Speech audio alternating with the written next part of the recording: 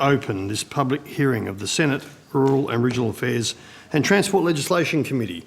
The Senate has referred to the committee the particulars of proposed expenditure for 2022-23 and related documents for the infrastructure, transport, regional development, communications and the arts portfolio, excluding communications and arts. All questions on communications and the arts go to the department's appearance before the Environment and Communications Legislation Committee. The committee may also examine the annual reports of the departments and agencies appearing before it. The committee has before it a program listing agencies relating to matters for which senators have given notice, and the proceedings today will begin with an examination of the Department of Infrastructure, Transport, Regional Development, Communications and the Arts. The committee has fixed Friday, the 16th of December 2022 as the date for return of answers to questions taken on notice. Senators are encouraged to provide any written questions on notice to the committee secretariat as soon as possible. Under Standing Order 26, the committee must take all evidence in public session. This includes answers to questions on notice. I remind all witnesses that in giving evidence to the committee, they are protected by parliamentary privilege. It is unlawful for anyone to threaten or disadvantage a witness on account of evidence given to a committee, and such action may be treated by the Senate as a contempt. It's also a contempt to give false or misleading evidence to a committee. The Senate, by resolution in 1999, endorsed the following test of relevance of questions at estimates hearings. Any questions going to the operations or financial positions of the departments and agencies which are seeking funds in the estimates are relevant questions for the purpose of estimates hearings. I remind officers that the Senate has resolved that there are no areas in connection with the expenditure of public funds where any person has a discretion to withhold details or explanations from the Parliament or its committees unless the Parliament has expressly provided otherwise. The Senate has resolved also that an officer of a department of the Commonwealth shall not be asked to give opinions on matters of policy and shall be given reasonable opportunity to refer questions asked of the officer to superior officers or to a minister. This resolution prohibits only questions asking for opinions on matters of policy and does not preclude questions asking for explanations of policies or factual questions about when and how policies were adopted. I particularly draw attention of witnesses to an order of the Senate from the 13th of May 2009 specifying the process by which a claim of public interest immunity should be raised. Witnesses are specifically reminded that a statement that information or a document is confidential or consists of advice to government is not a statement that needs or meets the requirements of the 2009 order. Instead, witnesses are required to provide some specific indication of the harm to the public interest that could result from the disclosure of the information or the document. An officer called to answer a question for the first time should state their full name and the capacity in which they appear, and witnesses should speak clearly and into the microphones to assist Hansard to record proceedings. Could I please remind everyone present to switch off their mobile phones or render them inaudible? Senators, departments and agencies have been provided with advice on the arrangements in place to ensure the budget estimates 2022-23 hearings are conducted in a safe environment. This guidance is also available from the Secretariat. The committee appreciates the cooperation of all attendees in adhering to these arrangements. I now welcome Senator the Honourable Anthony Chisholm, Assistant Minister for Regional Development. Mr Jim Betts, Secretary of the Department of Infrastructure, Transport, Regional Development, Communications and the Arts, and all the officers of the department. Minister Chisholm, do you or Mr Betts wish to make an opening statement? I'm good, thanks, Chair. Thank you. Mr Betts? No, thank you. Senator Canavan. Thank you, Chair.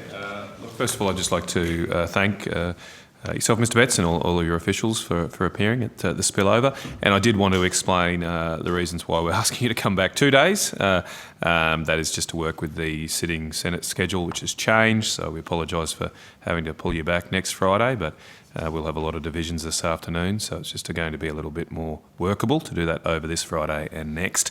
And to explain, we've asked for agencies based in Canberra here today and next week for those that are interstate. So we've tried to work with your officials, but we do appreciate you being here and making yourself available. I wanted to start also, while we're in the mood of goodwill, I did want to start by thanking Mr Hallinan for his visit to Rockhampton. I hope you enjoyed your time in Rock Vegas.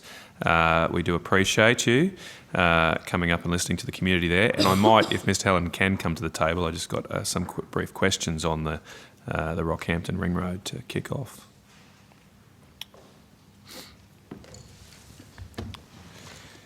So as I said, Mr Hallinan, thank you for coming up, and as you would have seen there in Rockhampton, there's a great desire to get this road going, not just for the work that will come from the road, but the broader benefits that it will bring to Rockhampton and the wider Central Queensland community. I particularly just wanted to ask, when you were there at the meeting there, that was flagged, I think, from the Queensland Director General, Mr Neil Scales, that there is a sort of a consideration going on. I don't know if you mentioned the words repricing, but there's some discussions at least occurring apparently with the Tier 1 contractors about the road. Is the Commonwealth Government involved in those discussions at all? Senator Dave Hallinan, Deputy Secretary. Well, thanks for the invitation up to Rockhampton. It was a pretty good evening. We're not directly involved in negotiations. That's a matter for the Queensland Government directly with any bidders in that process. Okay. Do we have an insight into how long these discussions might go on, or when we might receive back when I say we, to Canberra here, to the government, would the Commonwealth Government receive back some information about options based on those discussions? I've certainly been in discussion with Neil and with others in Queensland about what the options might be, and we would anticipate a formal piece of advice or a proposal from Queensland, certainly well in time for the next budget, but probably in response to our anticipation is in response to the budget night letter from the last budget, Senator. Okay. I mean, this is probably a more generic question, and I'm not that familiar with the infrastructure department. It seems strange sometimes that in the case of this road, the Commonwealth Government is funding 80% of the costs, but we don't get our hands dirty and involve ourselves in these sort of discussions. I mean, it does seem common practice. Is that what normally happens? Probably to you, Mr Betts, I suppose. It's not just the Rocky Ring Road. That is what normally happens. So we provide a funding contribution to projects. 80-20 is often the benchmark in terms of regional and rural, 50-50 in terms of metropolitan. We as a result of that, take a strong interest in the way in which projects are developed. We have standard governance arrangements, reporting arrangements and so on. But our view is that procurement expertise principally lies at state and territory level, and that it would be confusing for the private sector if they had to interact with two governments. So we tend to have pretty clear swim lanes between ourselves and the states and territories. That doesn't mean that we're not interested. It doesn't mean that we don't receive regular reports and try to be an informed investor on behalf of the Commonwealth. But the principal point of interaction in the procurement sense is, generally speaking, states and territories, except where the Commonwealth has some dedicated delivery vehicle, like, say, ARTC for Inland Rail or National Broadband Network or whatever it might be. Okay. So I suppose just turning back to the Rockhampton Ring Road example here, maybe you could call them rumours, they're probably a little bit more than rumours, but the conversations that is seemingly going on right now is looking at potentially changing the scope of the project to fit within either the original envelope of funding or not far. Just to bring people up to speed, there's been the original pricing came back, I think, $600 or $700 million over the original budget. So there's some talk of potentially going to 2 lanes in places, some talk about the bridge not being 4 lanes. There's some talk of it being spread over a longer period of time. I mean, so effectively, are we in the position, the Commonwealth in the position that we don't really get any say over that? Like, what comes back to us will be what the Queensland Government, I suppose, decides as a result of these discussions, and it'll be take it or leave it from us. Is that how this is going to work? Look, it's certainly a negotiation, Senator, so it's always a partnership. It's called a National Partnership Agreement because we work with the jurisdictions on what will be implemented. So does the Commonwealth... Sorry, Senator. I've got leave, No, but you don't. We couldn't get Okay. leave. Sorry, we have to suspend. Okay. Jared, have you got those? Thanks, mate.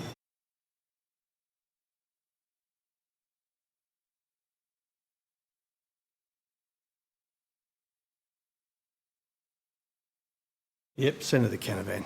Thank you, Chair. I just thought I'd start, because we've had those divisions, we've lost almost half an hour. Is there any opportunity for Senator Chisholm or yourself or Senator White to pair off with one of the coalition senators? I'll leave that to the Minister, mate, to answer that. My office to check with the witness. Okay, that would be great, because we are willing to do that. Just want to thought the record to state that I think it's not a great use of public servants' time to be sitting here. We're more than happy to be cooperative to do that and avoid any additional spillover days we may need. I'm sure, as you'd imagine. Okay, but yep, I think through COVID we've been at smaller numbers and still made the chamber work. So I think if we cooperate, we could easily not waste public servants' time. So I'll pick up where I left off there. I was just asking about the potential ideas here. I think changes in scope has been put on the agenda, longer periods of time for the Rockhampton Ring Road. It sounds like we're waiting to hear back from the Queensland Government, but is the Commonwealth Government, and maybe the Minister could answer as well, does the Commonwealth Government have a position on what the Rockhampton Ring Road should look like, or are you considering this question to come to a position rather than just take whatever the state puts forward? Well, as the 80% funder of the project, obviously we take an interest in any revised scope that was presented to us by the Queensland Government. We're not at that stage yet, but we're not writing a blank cheque. We would want to be satisfied that whatever was presented back to us represented good value for money and a good outcome for people of Rockhampton. Is the government committing to a project that is in accordance with the original scope, Senator Chisholm? We're committed to delivering the project, Senator Canavan. And so that commitment could deliver a road that has less 4 lanes. I wouldn't. I don't think it's appropriate to speculate. We're committed to delivering the project. I think the department have given you an update on the process that they're going through with the state government. I really don't have anything more to add on. Okay. Well, look, I think, again, I just always stress the importance of this, and I think there is I hope we don't go down the road of a false economy of trying to save a penny now and costing us £1 in the future. It's a very important road. Yes, there's been a cost blowout, but that is not unusual and often is funded in other parts of the country, especially in major cities. Can I just turn to another aspect of this relationship with state government? Mr Halloran, you would have seen that there was some discussion at that meeting about the Queensland Government's introduction of best practice industry conditions, so-called BPIC, and what role that may have played in the increase in costs in this project. Has the Commonwealth Government evaluated these changes that the Queensland Government has put in place and what implications they might have for the funding of infrastructure in Queensland? We've done no formal evaluation of that matter or the implications attached to, you call it BPIC?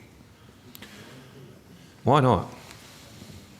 Well, they're a funding partner for us. We haven't gone through their. I'm not entirely sure what the specific like BPIC. We haven't gone through exactly how they do their contracting methodologies. They are a delivery partner with the Commonwealth, as each jurisdiction is. I mean, whatever you, and I don't have enough information to come to definitive conclusions about it, but almost regardless of whether you think this is necessarily adding to the cost of infrastructure or not, there's clearly a risk it could, clearly a risk that that these conditions could unnecessarily increase the cost of infrastructure, reduce the productivity of our spend. And I come back to the fact, given we are an 80% funder, why aren't we evaluating these risks a little bit more? Because they do spill over into impacting the Commonwealth budget, the potential amount of infrastructure we can spend around the country. Your outcomes are to invest in efficient use of efficient amounts of infrastructure around the country. Your own KPIs could be affected by these decisions. Why aren't we evaluating what the state governments are doing? Because it seems to me that when they only fund 20%, they can come to these sort of agreements and not have to bear the costs or consequences of any perverse outcomes from them. Well, we do, of course, evaluate the outcomes of National Partnership Agreements, Senator. So what we do is fund the projects under the terms of the National Partnership Agreement. We're coming up to the end of the existing National Partnership Agreement. As part of the development of the next one, we'll be undertaking reviews of the existing NPA to inform what goes into our negotiations for the next NPA. So that's a pretty standard practice with the Commonwealth state payment arrangements through our NPA models. Okay. All right. Well, look, I'll just conclude by stressing again the importance of this investment, and I hope to think that the efforts of those in Rockhampton won't go unrewarded. They've made it very clear what their views are, and again, I do appreciate your engagement, Mr. Hallinan. I hope it's not the last visit to Rockhampton. Now, I'm moving on to different topics, so I'm happy to share. Just the clarify, Senator, have you got a question on the same topic? Yeah, just the ring road. Okay, and then Senator Rice has some, and I just want to say something too. Okay. Yeah, hi guys. So just to be clear, do we have an expected completion date for the Rocky Ring Road? We're currently awaiting proposals from Queensland about what they'll be able to negotiate with the tenderers in that process. Okay, so given that the federal government's funding 80% of this, when will the Queensland government have bring this information forward? Have you given them a cut-off date, or is this open-ended? Oh, look, we would anticipate it, probably in response to the budget night letter that we sent on budget night just recently, Senator. Yeah, so when will they come back to you? You haven't given me a date, Well, we don't have a set date for responses to budget letters, Senator, but I'd anticipate that certainly before the next budget, but presumably before Christmas as well. Okay, well... They'll be negotiating at the Senator moment. Chisholm, you've been an ex-leader of the Labor Party in Queensland. Surely you can pick up the phone and get a certain date as to when we're going to get commitment from the Queensland government here. We no longer have... Sorry, Senator Rennick, I might just come in. I'd ask you to just review your words described. Are you talking to Mr. Betts? No, Senator Chisholm. Oh, I'm sorry, Senator Yeah. Chisholm. My apologies. Yeah. My apologies, sorry. Yeah. I just So saw... I'm just, we've got federal Labor state government. Surely, do you know what I mean? We can get this thing rolling. If you're going to put in 80%, personally, I'd get rid of the 80-20 split and have 100% funding federal, so we just take states right out of it. That's a conversation for another day. But I just know the Queensland state government can put a lot of money on the table for the Olympics in 2032. So, when are they going to prioritise regional services, which is where the bulk, especially Rockhampton, it's a big coal town. When are we going to get some money put on the table for this Rocky Ring Road? And I'm happy, I just want the timeline. I know you can't do it tomorrow, but surely you can agree a timeline, that we can have it by the time the Olympics come around, for example. If we can build a big new $1 billion stadium in Brisbane, why can't we build a ring road around Rocky? Obviously not here to answer for the Queensland State Government, Senator Rennick, but I think, and I don't want to put words in Senator Canavan's mouth, but I think even he would acknowledge they've been proactive in terms of the departmental, the DG of the department, I think, was up there with Mr. Hallinan. That's right. So they're obviously being proactive. I think Mr. Hallinan just indicated we would expect a response before Christmas. I don't have anything more to add to that. Okay. Thanks, Can I Senator. just quickly add one more follow-up? Yeah, sure. Sorry, on this line of questioning. I just wanted to confirm, I meant to confirm before, the funding timeline for the Rockhampton Ring Road remains the same at the moment as you outlined at, I think, the first estimates day? It does, yes. That hasn't changed. And just, I think there was a generic question at the next day of estimates that those funding timelines are potentially still up for negotiation depending on the responses to these letters. That's correct? That's correct. And I'm just going through a period of a process of deduction here. The Rockhampton Ring Road funding timeline could be altered depending on the response to the letter. They're all ultimately decisions for government, but yes, Yep. That's the operating environment we're in. Yep. So ahead of the next budget, depending on these results that come back, the government is open to effectively bringing forward, which would be what would have to happen for a significant change of the funding for the Rockhampton Ring Road. That's better a question for the government. Yeah, or rather than maybe officials. Senator Chisholm could. Look, it's not helpful to speculate or answer hypotheticals, but we're committed to getting it done. I think the fact that we're engaged in discussions, as you're aware, Minister King met with some of the local proponents of the project, and we know it is an important infrastructure project for the local community. Okay, thank you, Chair. Thanks, Senator Cameron. I just want to clarify or clear up a few things before I go to Senator Rice. And surprising how many people listen to the RAT committee and you never realise until you have a blue. But I just want to clarify, we are a very close bunch of senators who do our best working together in the best interests of our nation. Sometimes we have blow-ins that come in and blues erupt and all that sort of stuff. But Senator Canavan, I'm sorry we weren't able to get the pairs that you were able to get, and we want to get in, roll our sleeves up and get this done. But I must just let everyone know, we, the Senate committee, sit down on a Wednesday morning prior to estimates and we agree on a timetable. Now, unfortunately, over the rule that came in 2014, it's become embarrassing, the blowout times on this committee. But I will just stress this, we are still on the program from day one. And I'll just let those listening out there, we've got a heap of officers sitting here, and these people don't sit here, on their spare time, and nor should they. But the first day of estimates was 9 in the morning till 5 in the afternoon. I've just written my own hand notes here. Our second round was 9 in the morning till 11 p.m. at night. Our third round was 9 in the morning till 1 p.m. and here we are on the fourth tranche. So I would really encourage senators, if I can get some indication, we have a running schedule in front of us. And if we don't stick to this, I'm going to ask Mr. Betts if we blow out, not just to take it on notice, we can't continue down this path. Chair, So, yes, you can, Senator Canavan. Okay, could I say something quickly in response for those, Yes. particularly for those listeners who might be new to Senate estimates? The schedule we have for this budget estimates is incredibly curtailed. We normally would have 4 days for this committee, 4 full days of 9 a.m. to 11 p.m. And I know that sounds like very long working hours for most, but that's what we do. It's what we had when we were in government. We would subject ourselves to scrutiny through the Rural Affairs and Regional Transport Committee for 4 days of 14 hours of questions with breaks. This time, as your government has done this, not ourselves, you set the schedule. This time we were effectively given only 2 of those days across 3 days, but 2 days in effect instead of 4. So that is why we've had to have these extra times. And I think once we add it all up, we'll probably end up at about the same period as we would normally have after budget estimates. Now, there is also, of course, a lot to go through, given this is your first budget, and there's quite a few changes, especially in this department. There's also been, and I haven't come to it yet, but we also haven't got all the information we would normally get from, and that we certainly provided to you when you requested it as Deputy Chair. That still hasn't come through, so there's a lot to get through here.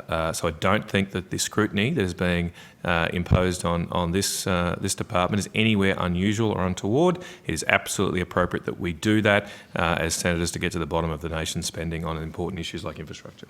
Thanks, Senator Canavan. So yes, Senator Rennick. And I just think, for what it's worth, that we actually should have about 6 to 8 weeks of estimates. I don't think there is enough scrutiny of bureaucrats. Okay. And it's very compressed.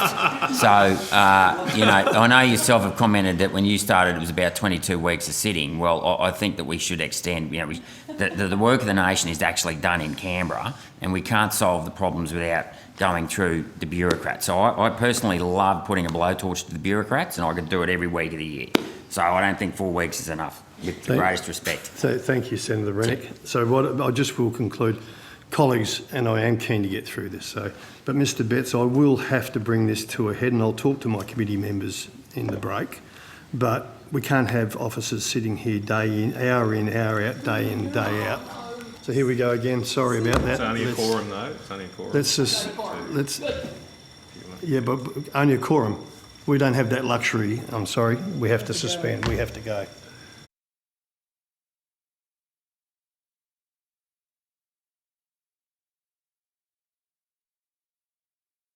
Mr. Betts, I will talk to you during the course of the day. I'll talk to my colleagues in the break. Let's hope we can stick to some times. Otherwise, I'm going to ask some harder questions about how much this is actually costing the taxpayers. Senator Rice. Thank Thank you, Chair, and thank you. And I want to welcome Mr. Betts. From my perspective, Mr. Betts and I worked together in Victoria when I was a councillor and when I was chair of the Metropolitan Transport Forum. So it's good to see you here. Which is not unrelated to the questions that I want to ask now, which is basically what the support for active transport and for walking and cycling does the Commonwealth have planned? I gave up asking questions about support for cycling of the previous government because there was zero, and the bureaucrats that came to the table were doing their best but embarrassed to say that there was zero happening. So I'm hoping to get a different answer with the new government. Okay, thank you, Senator. And thank you very much for your kind words. So there are two limbs to that answer. The first might relate to the infrastructure program around the way in which major infrastructure is delivered these days and the way in which active transport is embedded in that. But I might also ask my colleague David Mackay, from the point of view of urban policy, to give you a bit of an update on where the government's thinking is on that, because I think that's an area in which active transport is an important consideration. So perhaps if we start in terms of infrastructure and the way in which active transport relates to the major road and rail projects. Yeah, certainly, Senator. So as with previous responses, for a lot of the projects that we're involved in or that we fund, in particular major road and rail projects, we will also have complementary active cycleways, bike lanes, those sorts of things attached to the roads.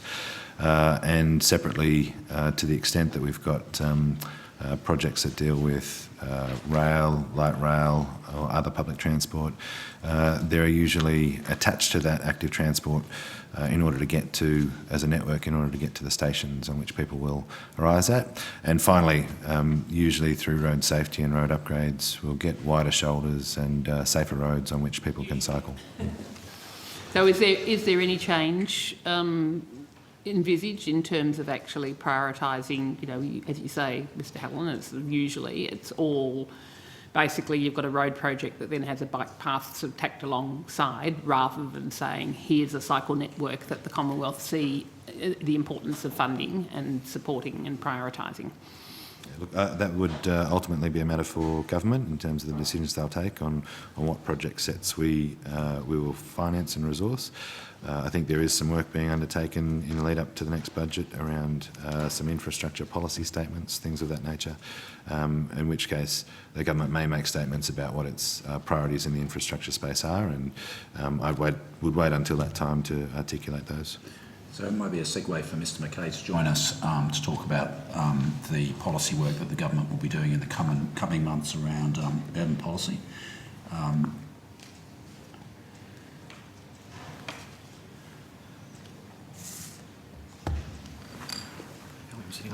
Hi, Chair. Thanks, Secretary David Mackay, Deputy Secretary. As the Secretary said, this is work that's underway now in terms of policy development, but as part of the government's 6-point plan for cities and suburbs, the government will be working on a new urban policy framework supported by an urban policy forum. The plan also includes work to revitalise CBDs and also to produce an annual State of the Cities report. And I would expect that matters such as those that you're raising would be reflected through that policy development work. That's underway at present, so I don't have any outcomes from that work to speak to today, but important context for some of the questions that you're raising. Is there plan to have a bicycle strategy, which there used to be a national bicycle strategy? There used to be a National Bicycle Council as well, so bringing together the states and territories in the Commonwealth. Not under consideration at this stage, as far as I understand, but the role that cycling and active transport can play in terms of the activation of cities and where it sits within cities policy is certainly something that will be considered in the work that Mr. Mackay has described. And obviously the government is committed to net zero and to the decarbonisation of the transport sector, and active transport, walking, cycling start off as pre-decarbonised modes of transport, so it would be surprising if they didn't feature in that policy. How much is active transport or cycling featuring in the development of the electric vehicles strategy? Well, the electric vehicle strategy, as you know, is out to consultation at the moment. The electric vehicle strategy is not the sum of all government policy generation in terms of decarbonisation of the transport sector. So there is a focus in there, as you know, around the take-up of electric vehicles, around fuel efficiency and so on, and maybe we could talk about that in the transport section when we come to it.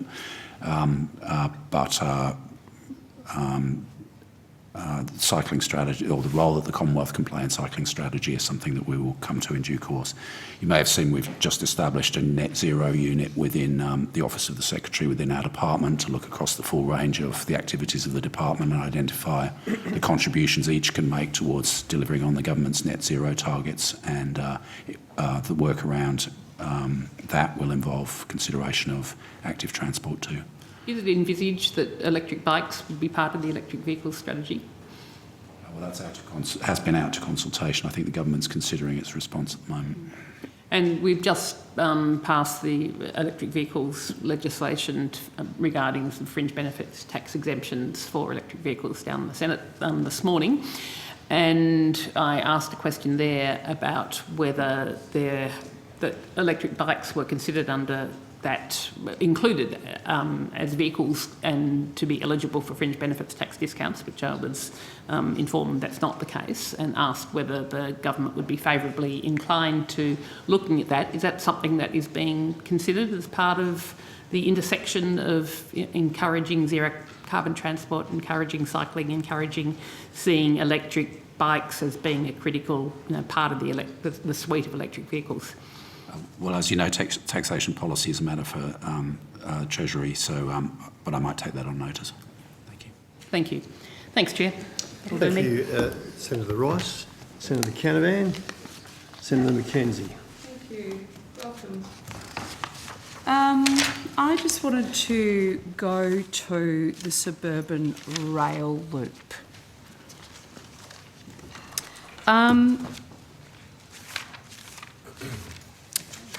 Suburban Rail Loop East is the 26-kilometre section from Cheltenham to Box Hill, with a public cost, as I understand it, of $30.5 billion.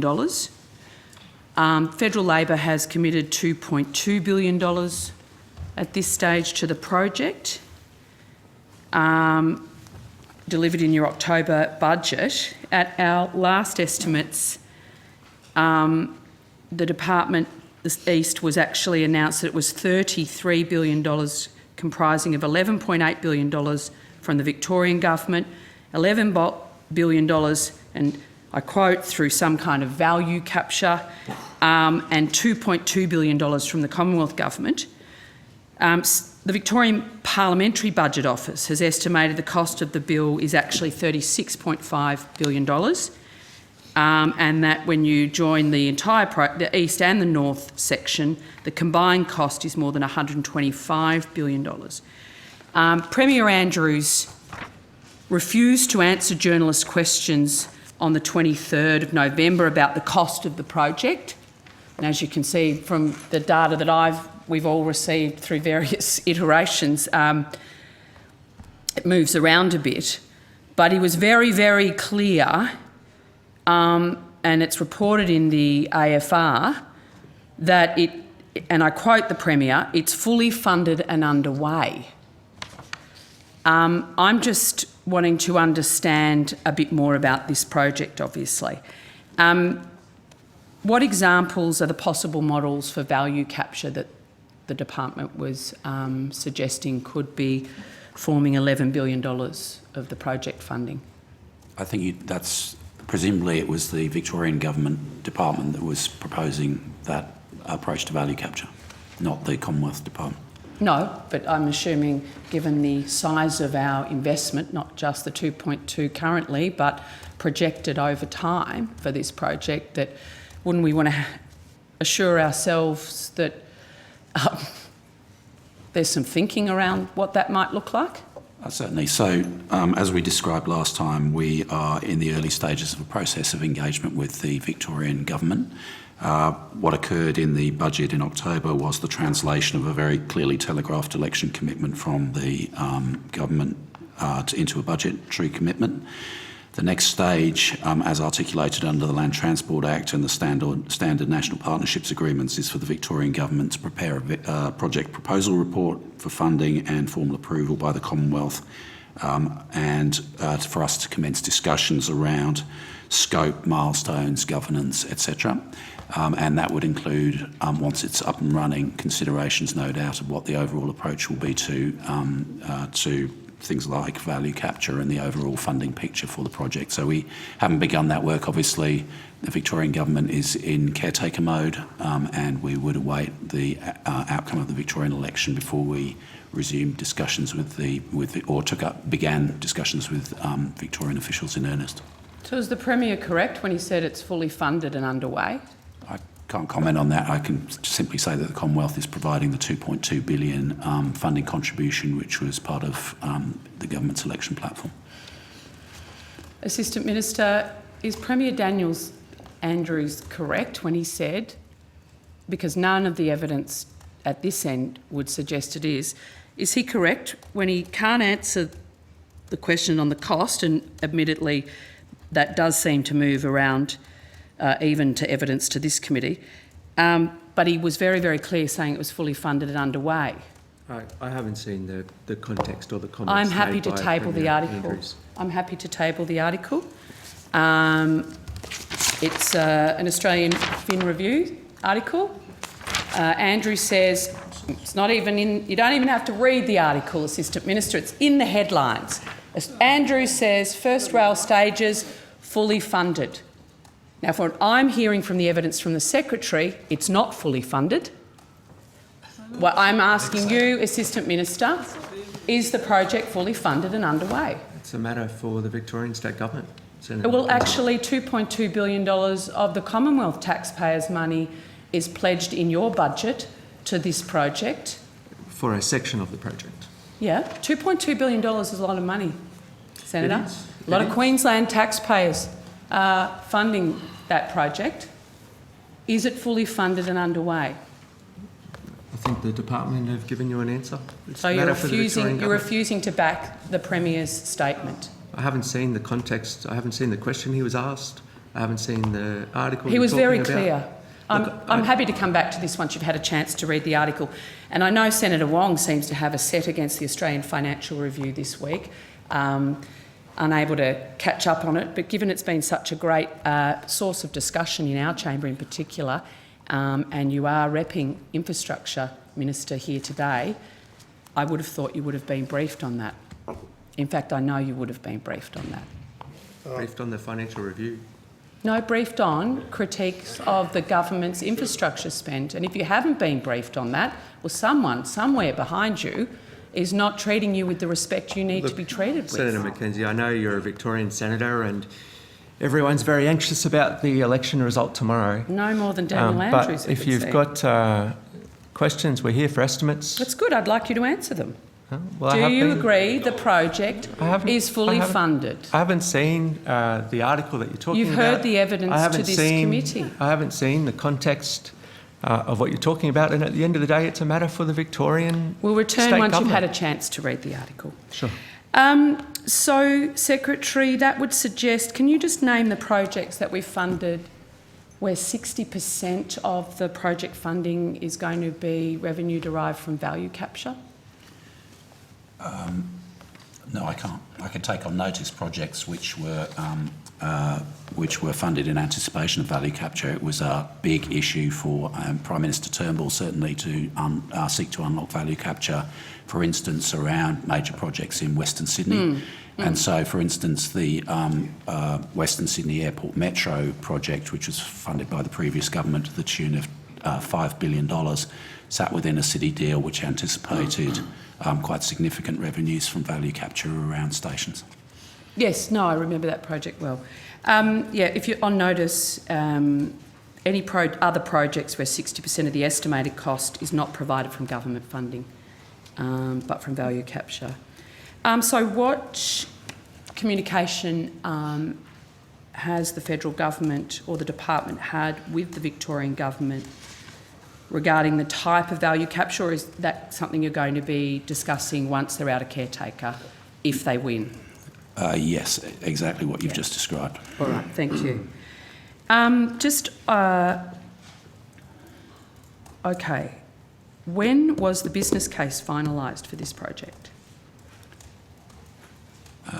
It's a Victorian government business case. And so when was that finalised? Diana Hallam, First Assistant Secretary, Significant Projects Investment Delivery Office. The Victorian Government released the business and investment case on 19th of August 2021. And so have the costings for this project been updated since that business case was finalised? Not to my knowledge.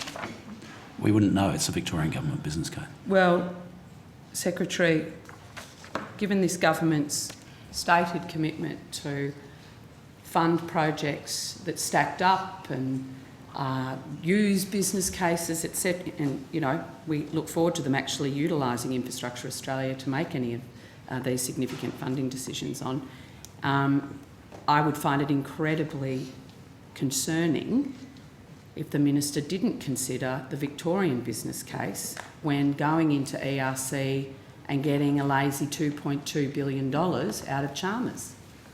So as I've explained, it was an election commitment.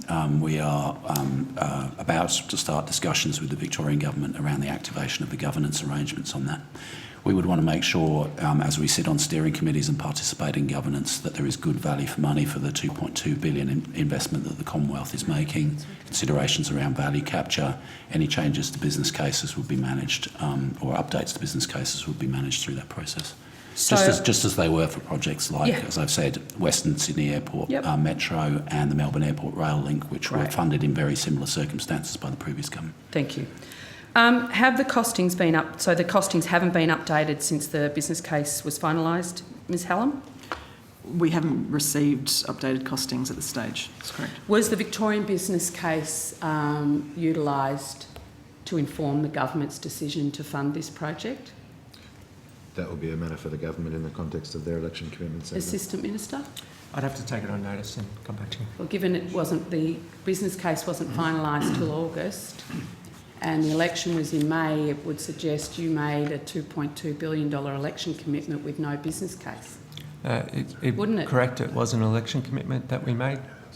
A $2.2 billion election commitment without a business case, is that correct, Senator? Well, I think the important thing is that the suburban rail loop will be assessed by Infrastructure Australia under the Land Transport Act.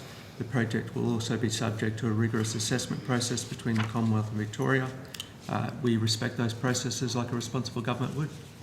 Well, actually, what your minister said at the Infrastructure Summit for, again, the financial review, was that even if it didn't stack up, she's going to work with Daniel Andrews' re-elected government to make sure it does. Again, that's a direct quote. Again, that was discussed and deflected in our Senate chamber this week during question time. So you don't really care about whether Infrastructure Australia says it's worth funding or not, do you? Well, we're committed to delivering on our election commitments. We think this is an exciting project for the state of Victoria, and that's what we intend on delivering on. I'd like to table another article. I know you're excited about this project.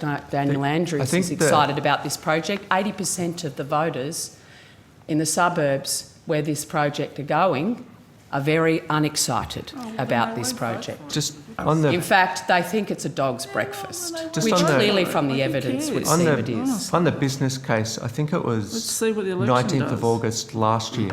Okay, thank you. So you did base your...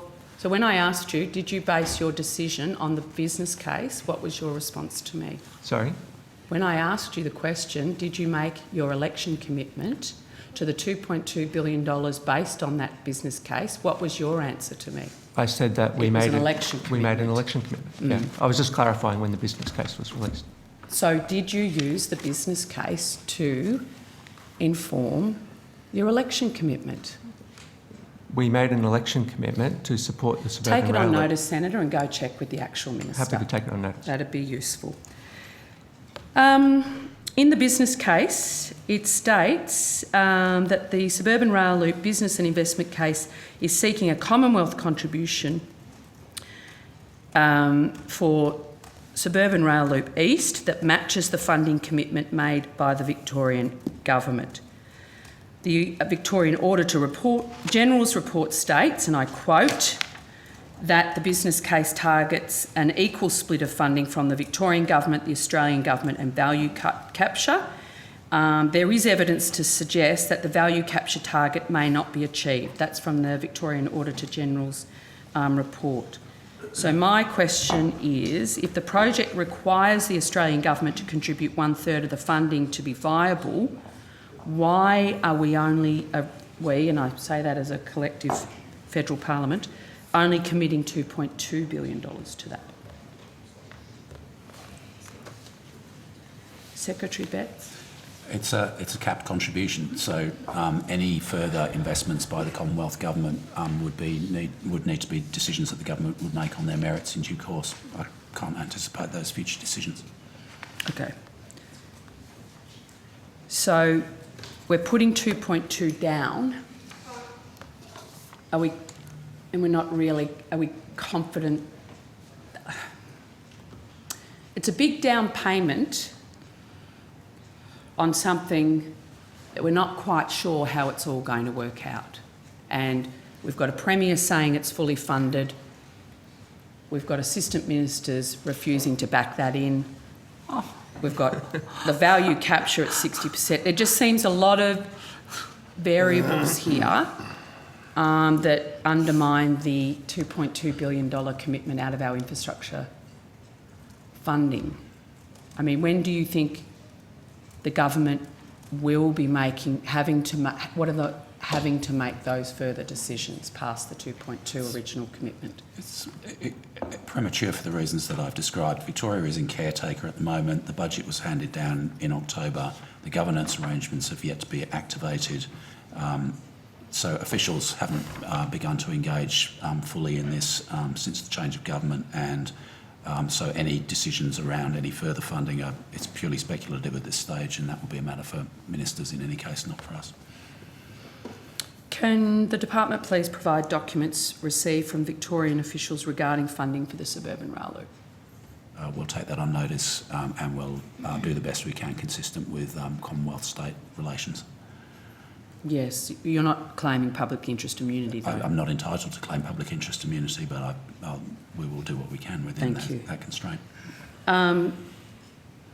Are you aware of any additional funding commitments beyond what was listed by Mr Hallinan on the 28th of October to Senate estimates for this project? For this project, I'm not aware of any. Nope. Okay. So there's no evidence.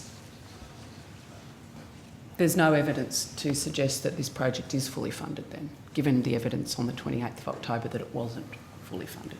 I can only speak to the Commonwealth contribution at this stage, which, as I've said, is a capped $2.2 billion contribution. It's a big risk, isn't it? It's a big risk that we're committed to our 2.2. We're going to stump that up, but we're not confident of the rest of the project. Well, it's a capped... Over $30 billion worth. It's a capped, fully budgeted amount. So, in that sense, the risk is managed. So there hasn't been any engagement with the Victorian Government in relation to requests for additional funding from the Commonwealth because they're in caretaker? I'm not aware of any requests from the Victorian Government for additional funding, full stop. No, not a formal request. Has there been any engagement? Since the budget announcement? Yep. No. None. Okay.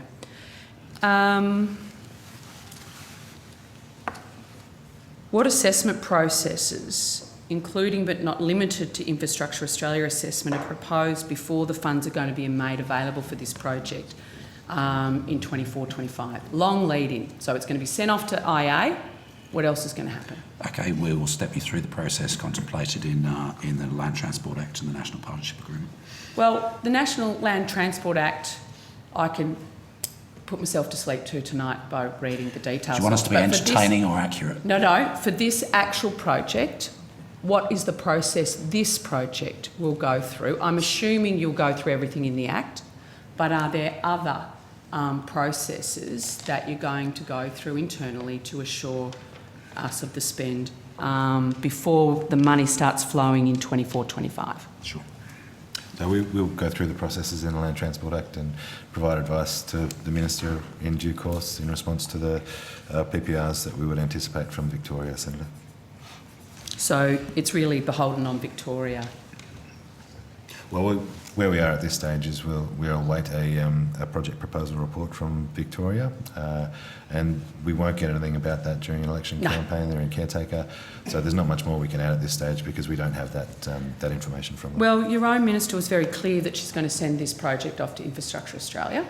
So she's obviously thought about this, and she will have had a conversation with you about, righto, if they win, if this becomes a reality for us, this is what we're going to do. We're going to send it to Infrastructure Australia. Is there anything else we're going to look at outside of that's been discussed with you? I think we get a You're just going to wait for the project proposal report. Proposal. Well, that's a very good starting point for discussion in the sense that that is the Victorian Government's representation to us, and no doubt that will trigger a whole series of conversations between officials around a range of different issues, which it's hard to anticipate in the absence of that PPR at this stage because of caretaker. Okay. So we haven't worked out the works of what the funding's going to be designated for, our 2.2? No, that's... It's just going to go in the pot and wait for the project proposal to come back? Well, we wait for the project proposal report to come back, and then we begin the engagement with Victorian officials to work out how the whole project is structured and funded, and all of the issues that you've quite rightly flagged as being issues which require consideration. So obviously with projects this size, there's a lot of planning, design, work that has to go into it, tendering, etc. So all of those things would be in scope. Our 2.2 could be used within whatever comes back from the Victorian Government. The use of that 2.2 and how it sits within the broader funding of the project are matters that we will begin discussions on in due course. But it could include... We don't just, we say, well, we're only going to pay for track, or we're only going to pay for, I don't know. As I say, we haven't begun those discussions, but it would be very surprising if we took the view that we were only going to fund track, for instance. Part of the interest that we have as a co-investor in this project is to make sure that it is the work that is undertaken is thorough, that the project is appropriately de-risked, so the money can be put to a variety of different purposes, which we will seek to agree with the Victorian Government in due course. Okay, so when the Prime Minister promised that this money, the 2.2, won't go into planning, it's going to go into suburban rail link east construction, is he able to make that call as Prime Minister with our relationship with the states, be able to essentially cordon off our federal government funding to specific aspects of an agreed project? The Prime Minister is the Prime Minister. He can stipulate whatever mandate he wants for us, but we haven't begun those negotiations or discussions with the Victorian Government yet. Well, this just isn't any Prime Minister. He's, used to be an infrastructure minister. He should know how these things work, right? Assistant Minister, the Secretary is correct in how these projects are scoped, run and funded. Did the Prime Minister overstep his authority when he said this money won't go into planning, it'll be going into suburban rail loop east construction?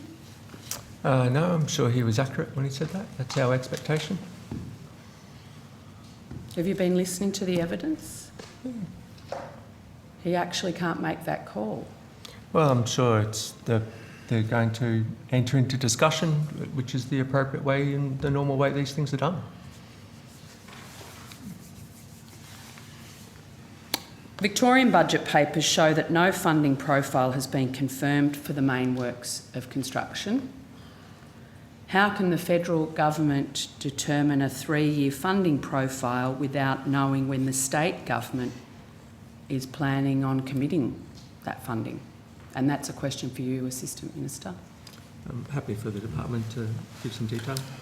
Senator, we sometimes put estimates in based on early discussions with officials about what might be plausible. As a general principle, though, our estimates will be updated in line with any milestones that we agree with the jurisdiction following the project proposal report assessment. So has there been early discussions then between the release of the business case in August and today? To the extent that We have, well, I've had discussions personally with officials in Victoria about the notion of the project. It's been floating around for a couple of years. To the extent that we needed to input some data in the forward estimates and have a rough idea of that, I can take on notice any specific It's just discussions interesting that occurred Victoria hasn't got their funding profile done or worked out what they're doing. That's the evidence here today, particularly because they've been in caretaker, and yet our Prime Minister's happy to say we're only going to fund the construction bits. It's very odd. Not unsurprising, I guess.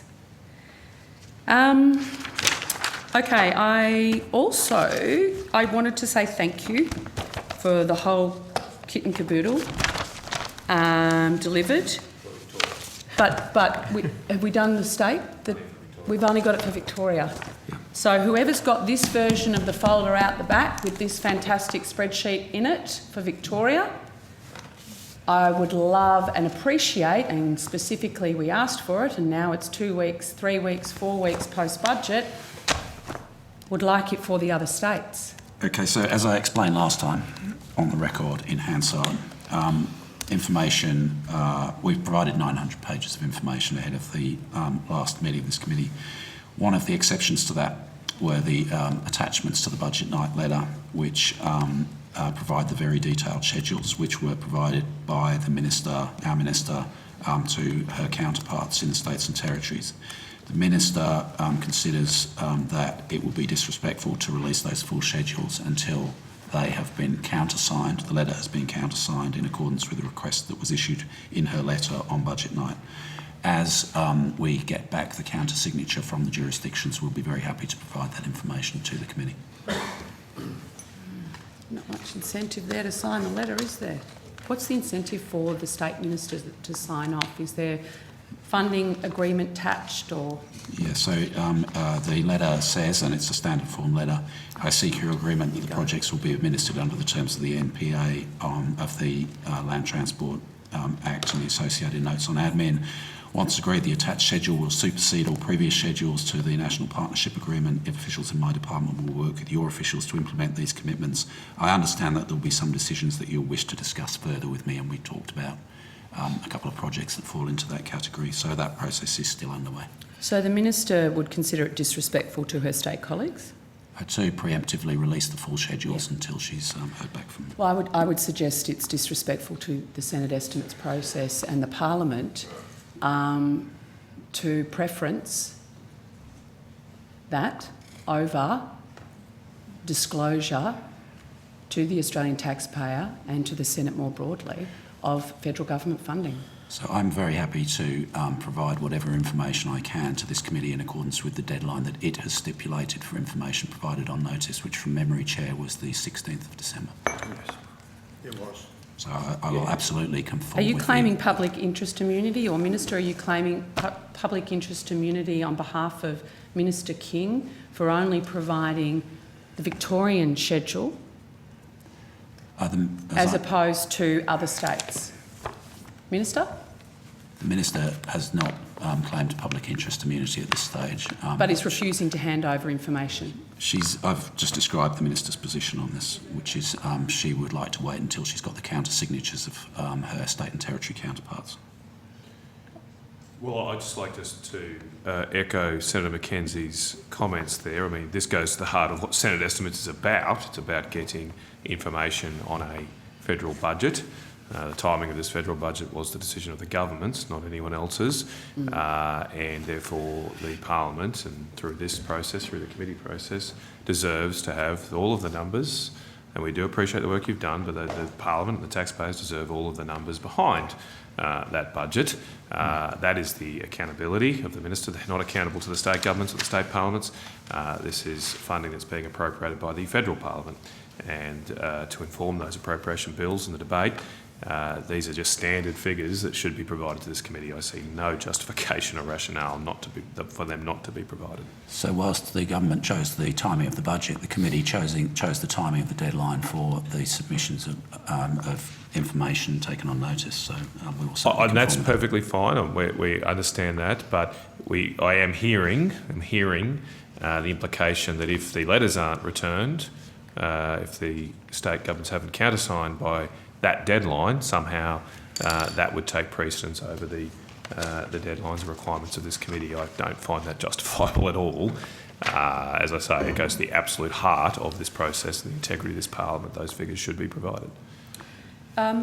Maybe one of your officials will be able to assist Mr Betts, but when you were assisting the Labor Party when they were in opposition, did the department selectively provide information in this way? Sorry, can you repeat the question?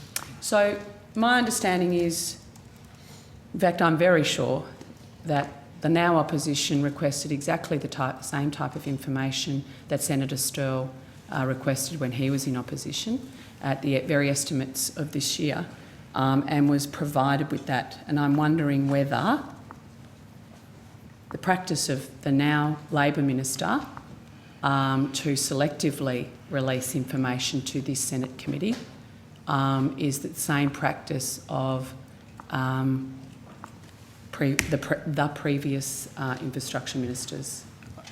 Having not been around at that time, I couldn't answer that other than to say we did work through weekends to provide 900 pages of information to the committee in response to questions, and we're continuing to work to provide information that was taken on notice last time.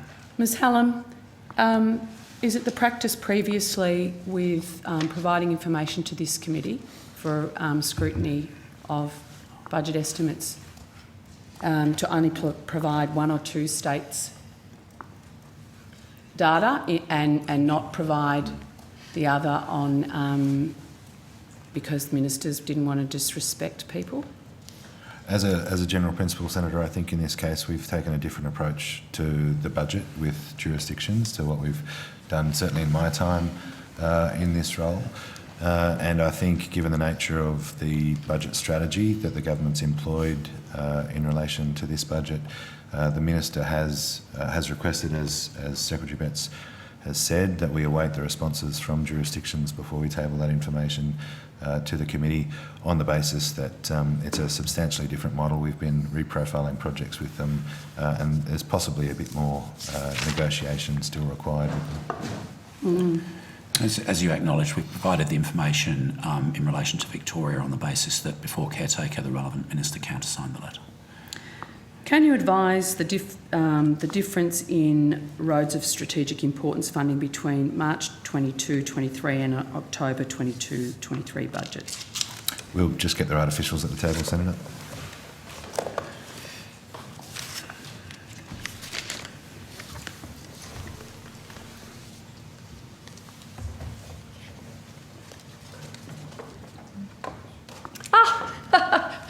There he is. Shane Meyer, Acting First Assistant Secretary. Fantastic. And those watching at home will love this. Sorry, ROSI funding. Yes, Senator. As at the 22-23 October budget, the Australian Government committed $5.9 billion to upgrading key freight routes and standalone projects through the ROSI initiative, including $5.38 billion in funding committed for projects along 29 freight corridors. Yeah, And I just want the difference between the March and the October budget. I'll just see if I can find that, Senator.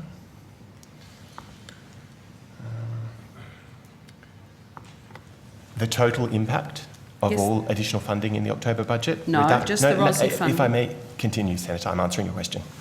The total impact of all additional funding, reductions and cancellations for ROSI projects is $180.8 million in additional funding. That's the net out Yep, impact. so just in terms of the forward estimates, please.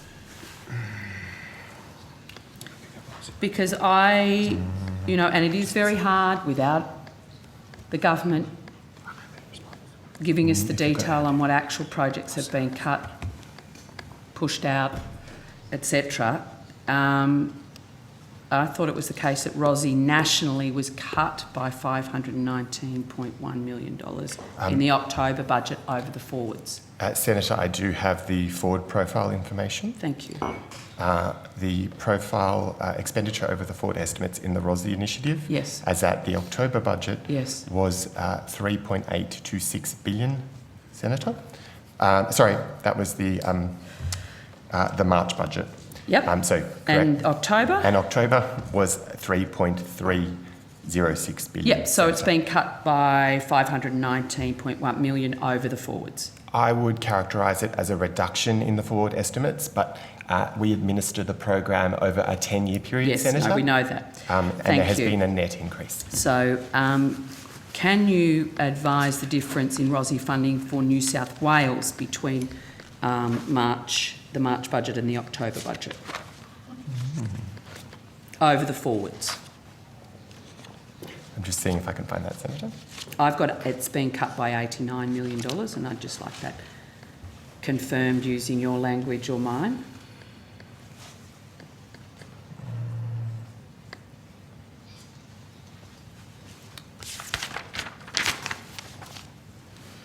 So, Senator, the information I have before me is characterised in the way that we administer the program. So, for the total project, not No, just I'm only over interested in the I forwards. understand, Senator. Because, Mr Maher, you may not have tuned into finance and public admin late-night estimates a few weeks ago, but Katie Gallagher, the Finance Minister, made it very clear to senators that they won't back away from running their ruler again over infrastructure projects that are beyond the forwards.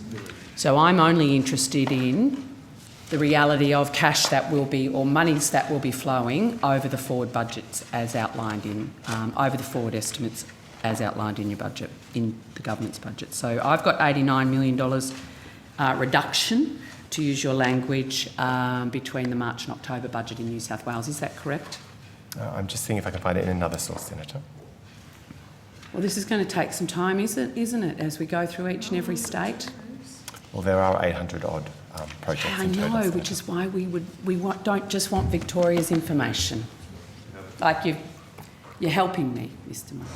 I'm doing my best, Senator. You are. Oh.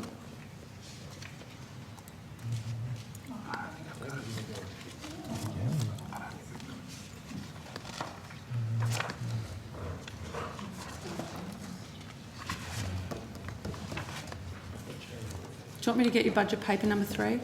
Senator, the level of project information is not in that paper. I can talk at the aggregate level, but you're interested in, and I have spoken already at the aggregate level. I'm interested in ROSI funding for New South Wales over the forwards. Yes, the at that- difference between the March and the federal budget. I and you were understand. able to tell me what it was nationally, that it's been cut / reduced by $519.1 million over the forwards. I would like a state-by-state breakdown of that reduction. Okay, we can take that on We notice. can take it on notice. I and would if we like can- that before If we 12 can get back today. to you. Honestly, You might like it before 12 today. We'll do what we can. I'm pretty sure, given you can do that for Victoria, I'm pretty sure you've got the same stuff somewhere in the department, probably on someone's laptop. If we and have, we'll provide it. It's a simple March, take away October's number by state. If we have it, So- we'll provide it before 12 o'clock. So I have that New South Wales ROSI funding was cut by $89 million in the October budget. The number I have for the cuts to Victorian budget, which is confirmed by the information received from the Secretary, that Victorian roads of strategic importance funding was cut by $248.4 million over the forward estimates in the October budget. I have that ROSI funding in Queensland was cut by $6.2 million over the forward estimates in the October budget. I have that ROSI funding for Western Australia was cut by $40.2 million over the forward estimates in the October budget. It'd be great if the department could advise, I could have got the figures wrong, that the difference in ROSI funding for the state of Tasmania between the March 22-23 budget and the October 22-23 budget is $107.5 million over the forwards. It's in budget paper 3. So I would like to know what the reason for reduction for ROSI funding in New South Wales was. Thank you. It's just with the infrastructure program, and I think we've covered this over multiple days now. We're adjusting the pipeline to match the market conditions and deliverability. But I think the important thing is that the 10-year funding pipeline is at $123 billion over the next 10 years, which is more than what the previous government had promised. But we are adjusting these plans across multiple infrastructure programs to ensure that we can deliver on them in a way that is wise use of taxpayer money at the same time. So I would like to know if, so you've given your answer, Minister. I want to understand what the reason for reduction in ROSI funding for New South Wales was. Well, it's incorrect, though, to say that, Senator Mackenzie. You focused on the 4-year period, and what I've said is that the overall pipeline, as the departmental officials determined, is that there is an increase in funding for this program. They've said they'd take the questions on notice and provide you with more detail, which is appropriate. So I'd like to know the reason for the reduction in ROSI program funding for New South Wales. I'd like to know the reason for the reduction of ROSI funding over the forwards for Victoria. I'm putting them on notice, thank you, Senator. They've already said they would take that on notice. I would like to understand the reason for the reduction of ROSI funding for Queensland. I'd like to know the reason for the reduction of ROSI funding for WA. And I'd like to know the reason for the reduction in ROSI funding for Tasmania over the forward estimates. What ROSI projects have been cancelled in Victoria?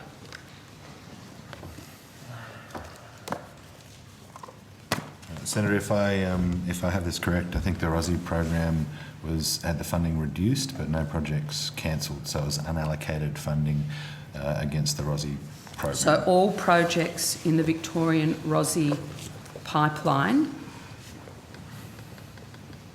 are maintained? Those that had funding allocated towards them. So I'll confirm this for you though, that the approach that I understood we took with ROSI was that unallocated funding, some elements of it, would be reduced.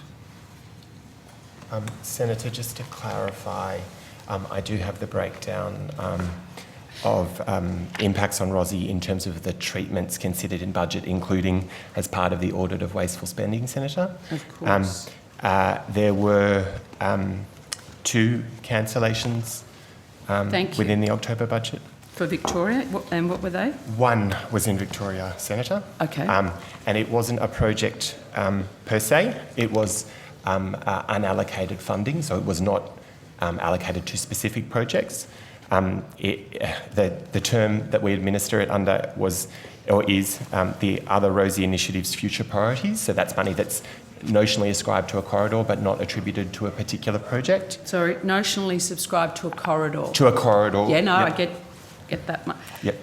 What corridor was that? Well, Senator, I'd have to take that on notice, but I believe from the label that it's not a specific corridor. Right. It's to the ROSI initiative within Victoria. So it could have been used for flood-affected roads anywhere in Victoria. I don't think it's helpful to speculate on that sort of thing. I think the I'm not trying to be department has helpful said to you, they'd Senator. take it on notice and provide an accurate answer. So how much was that? That was 146,000, Senator, $590. Very accurate, thank you. So that was one thing cut from ROSI, and what was the other?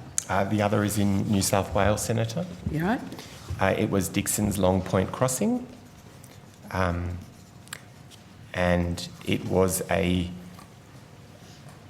reduction of $27,800,000, Senator. Okay, so they're the 2 aspects of ROSI that has been cancelled, one in Victoria, one in New South Wales. Is that correct? That is correct, Senator. Everything else within ROSI?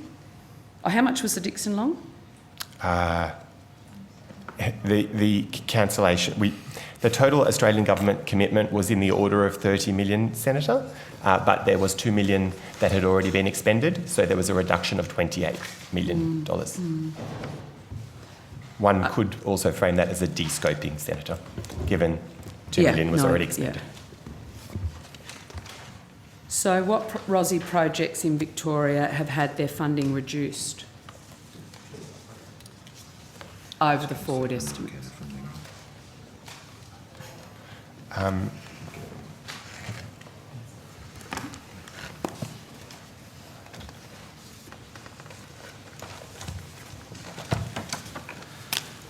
Senator Rob Bradley, Assistant Secretary of the Victorian South Australia and Tasmania Branch. So the Victorian ROSI, there was 650.95 million through the October budget. 189.4 was reduced. That was across 6 corridors. So the Ballarat-Oyen corridor, there was a reduction of 25.4 million. I Chuk- just can't see your name. Sorry. Thank how's you. that? Thank you, Mr Bradley. And important to note, Senator, that all these reductions that I'm going to go through are all future priorities. So there's been no funding taken away from any ROSI projects in Victoria that are contracted or under construction. These are all... Well, that would be a significant sovereign risk if we were doing that. Yes. So I mentioned the Ballarat to Oyen on the Sunraysia Highway there, the reduction of 25.4 million. Echuca to Robinville, there was a reduction of... Robinvale, there's a reduction of 8.9 million. The Green Triangle, there was a reduction there of 41.4 million. The Melbourne to Mildura Calder Highway corridor, there's a reduction of 26.2 million. And the stalled South Australian border, the Western Highway there's a reduction of 23.1 million. And the final project was the Toowoomba to Seymour on the Golden Valley Highway. There was a reduction of 64.5 million, all the future priorities. Okay, thank you, Mr Bradley. Now, you're also responsible for South Australia. Could you give me the same figures for South Australia? There were none, Senator. None? What about New South Wales? There were 2, Senator, both of the same nature that Mr Bradley described. So they're future priority funding lines not allocated to specific projects, but on specific corridors. So the first is the Toowoomba to Seymour corridor, future priorities. There was a reduction of $20 million, Senator, and the second is Tenterfield to Newcastle, and there was a reduction of $30 million, Senator. What about ROSI projects that have had their funding reduced in Queensland? Oh, Mr Bradley, you don't do Queensland, Tasmania. He does not, Senator, but I'm glad to advise that there were none in Queensland, and we have covered we've covered the list of reductions. It was only in Victoria and New South Wales, Senator. No, I'm actually talking about reduced funding to projects. So we've, over the forwards, over $500 million difference. Yes. You've told me of 2 things that have been cut. So to my way of thinking, neither of those add up to the amount that's been reduced over the forward. So I'm trying to find out which actual projects have had their funding reduced over the forwards and where those projects are, which would be really easy to do if we had the spreadsheet for the rest of the states. Senator, I understand your question and the point you are making. To go to the way that we administer the program, we do that over a 10-year period. No, so, point being made, Mr Maher. I'm interested in the forward estimates. Yes. So we have taken, we took the aggregate level on notice. We can take that level on that issue, that concept on notice too, in terms of the specific projects. I would just go back to the early commentary, Senator, in respect of this budget was characterised by a review of all projects on the books, including considering deliverability, and we took advice from states and territories as to what was feasible in the current market. That included significant, to use our language, Senator, reprofiling rather than a reduction in funding. The Minister's already made that point for you, Mr Maher, thank you. Mr Bradley, can I please have a list of projects in Tasmania that have had their funding reduced? Over the forwards. When the projects with funding reduced or projects with deferrals?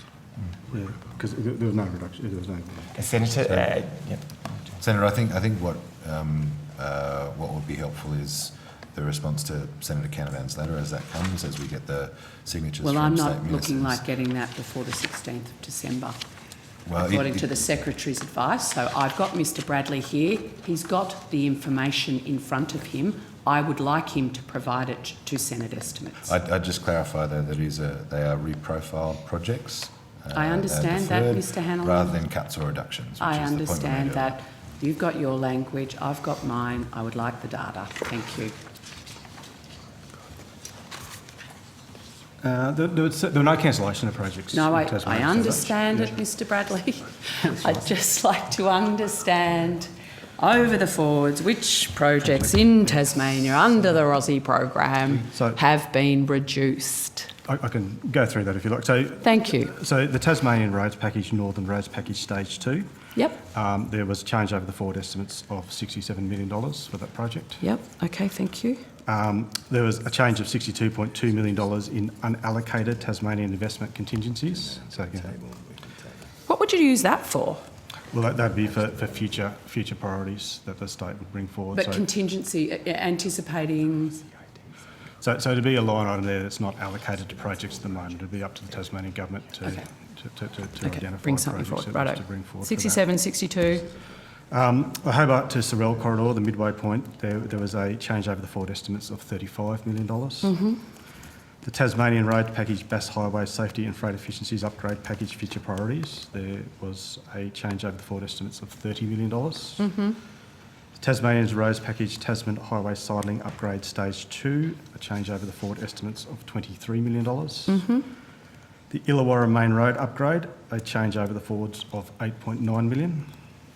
yep, The roads of strategic importance, Hobart to Sorell corridor, Hobart Airport to Sorell Southern Bypass, a change over the forwards of 8.5.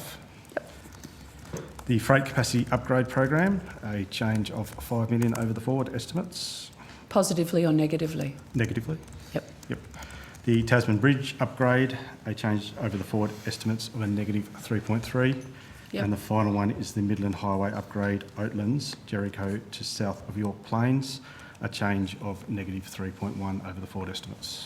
thank you. Do you have a total there, please, Mr Bradley, so I don't have to get my I don't, calculator Senator, out? sorry, I do not have a total on those, but I could do Yeah, just if you could do that in the back stalls later, that would be fantastic. All right, so we've got South Australia, we've done South Australia, we've done Tasmania, we've got Victoria. Who's your opposite number, Mr Maher? Maybe who does WA for you? Who in your team? Who looks after WA? Ms Ewens. Can I have her to the table, please? Oh, Mr Bradley, have all the states you looked after been completed? I think you mentioned that you've satisfied South with Victoria, Australia. South Australia and Tasmania, which went through I Tasmania. think so. Went through Victoria. Yeah. For funding reduced in the ROSI over the forwards, we've done that?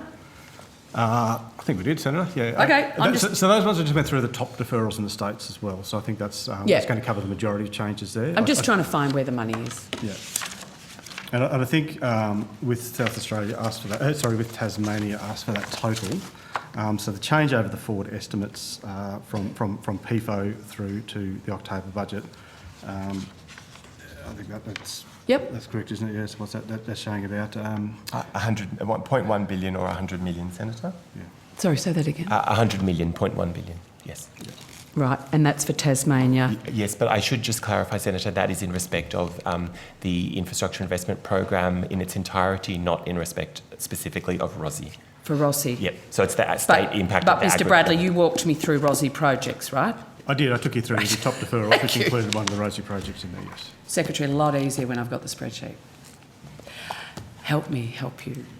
Thank you, Mr Bradley. If I could have WA. Oh, Ms Huron?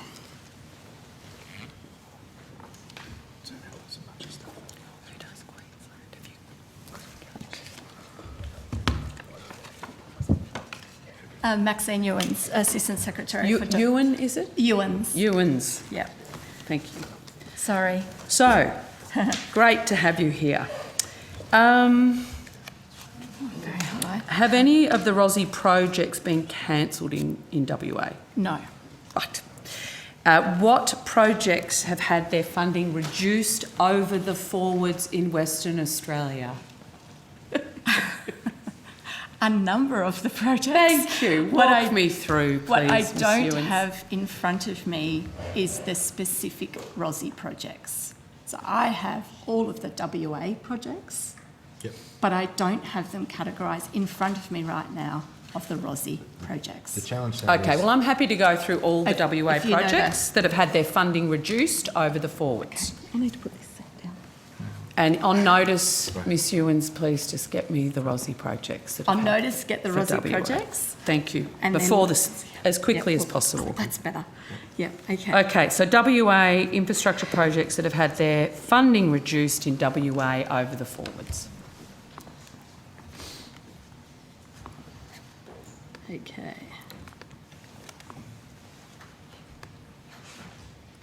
So the first one that's been, so it's the, I just want to clarify, it's the projects that have had deferrals over the forwards. If the funding reduced, Yep. has been reduced from PFO or the March budget to the October budget, and it's in WA and it's in the infrastructure portfolio, I'd like to know the project and the reduction. Thank you. Okay, so the first one that I have is the Road Safety Program additional funding for WA, and the Yep. number of years deferred is 1. Yep, so, And I'll take you through the details. well, just the money The money in reductions. total over the forwards. Hang Yeah, on. thank you. Is it that plus that plus? So it's those 4. The change is that. Ah. No, it's not. It's that.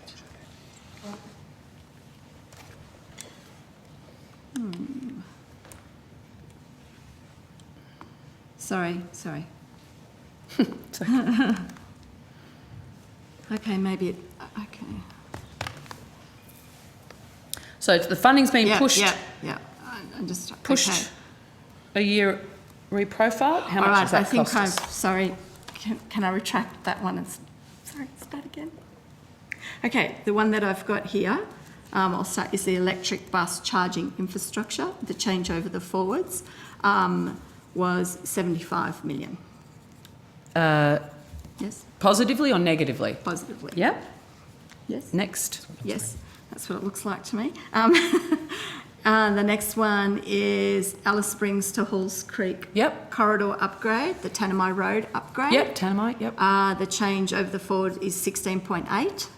Up or down? Looks like up. God, I hope I'm right. I'm saying this correct. Yeah, Up. so do I. Yes, I mean, this yes, is the I whole point of understand. our Up. Senate estimates. Scroll down to see if you've got any negatives. Does that feel right? That they scroll down and see if you've got others. Got a couple of negatives. I'm really interested in the reductions. I'm sure the government will be singing about the positives. Senator, we just don't have the numbers cut in exactly the way that you've Just- you requested, just want to see the which is, reductions. we will attempt to get you those tables. Is that what you think? So you're mainly interested in the reductions? I am, because I'm in Absolutely, opposition. Of course, yes, of course, understand. I'm just All right, thinking, all I've got good, this Miss huge Ewan. spreadsheet. So, All okay, good. what Mr Maher and I have agreed is that the reductions, so Pinjarra heavy haulage deviation stages 1 and 2. Yep. A reduction of 99.7 Million? Billion? million Dollars? dollars, sorry. 99 Sorry. million. 99.7 million. Mil? Yes. Yep. The Reed Highway interchange on the West Swan Road, Yep. a reduction of 72.1 million. Yep. Metronet, the Canning Bridge bus interchange, Mm-hmm. a reduction of 57.3 million. Perth Airport Precinct, Mm-hmm. the Northern Access, 26.5 million. The Metronet Morrison Road level crossing removal, 58 million. Yep. I think that, I'm just going down, okay, Tonkin Highway Stage 3 extension, Yep. 17.8 million. Yep. Great Northern Highway Bindoon Bypass, 7 million. Yep. Outback Way Western Australia Future Priorities, 129.5 million. Ooh. Yep. Great Eastern Highway upgrade, Coates Gully, Walgoolan to Southern Cross and Goolai, 56.4 million. Great Northern Highway, Broome to Kununurra, Nellie Springs to Sally Downs Well and Arthur Rocks, I think, 4 million. Yep. And these are all reductions over the forwards? I'm only reading out the reductions. Thank you. Thank you. Reed Highway, Eltone Road and Daviat Road, Drumpalia Drive, grade separated. How much? 4 million. Thank you. 2J Road upgrade, 2J. Dryandra to 2J, 1.6. Yep. Newman to Catherine Corridor upgrade, Great Northern Highway upgrade, Newman to Port Hedland overtaking lanes, 5 million. Last one, Nicholson Road, Garden Street grade separation, 4. 4 million 4 million. reduction. So that's Western Australia. Yeah. Yep. I'll just confirm as well that most of those are deferrals, so project scheduling Understand. deferrals. to meet the Reductions market. on projects over the forwards. If I could, Chair. Yes, you Just can, with Senator Senator Mackenzie's I bet you cooperation. I just wanted to ask a follow-up question on the Outback Way. That was a significant reduction of almost 130 million, I think. Can I first confirm that is a reprofiling? Is that 130 million? That's Outback Way for Western Australia. Yep. Future priorities, yes. And that's been shifted to outside the forwards? There is So it was just the question I was answering, a reduction over the So forwards. it's a deferral. So Yeah, so Yeah. there's now $130 million extra, if you like, in the non-forward years. Beyond forwards, yes. Okay. It's And scheduled to when we think Yep. the project can be delivered. Okay. And these were all projects, not just the Rossi projects, Yeah, because we didn't have it cut that way. breakdown Right. of the Rossi projects. Okay. And do we know the reasons for that deferral for the Outback Way in Western Australia? As I just said, they're scheduled to timeframes that we think the market can meet through negotiations with the jurisdictions involved. Okay, but it's not anything particular about the road. They're not being it's not being redesigned or rescoped. It's just the No. state government wants to defer it. Okay.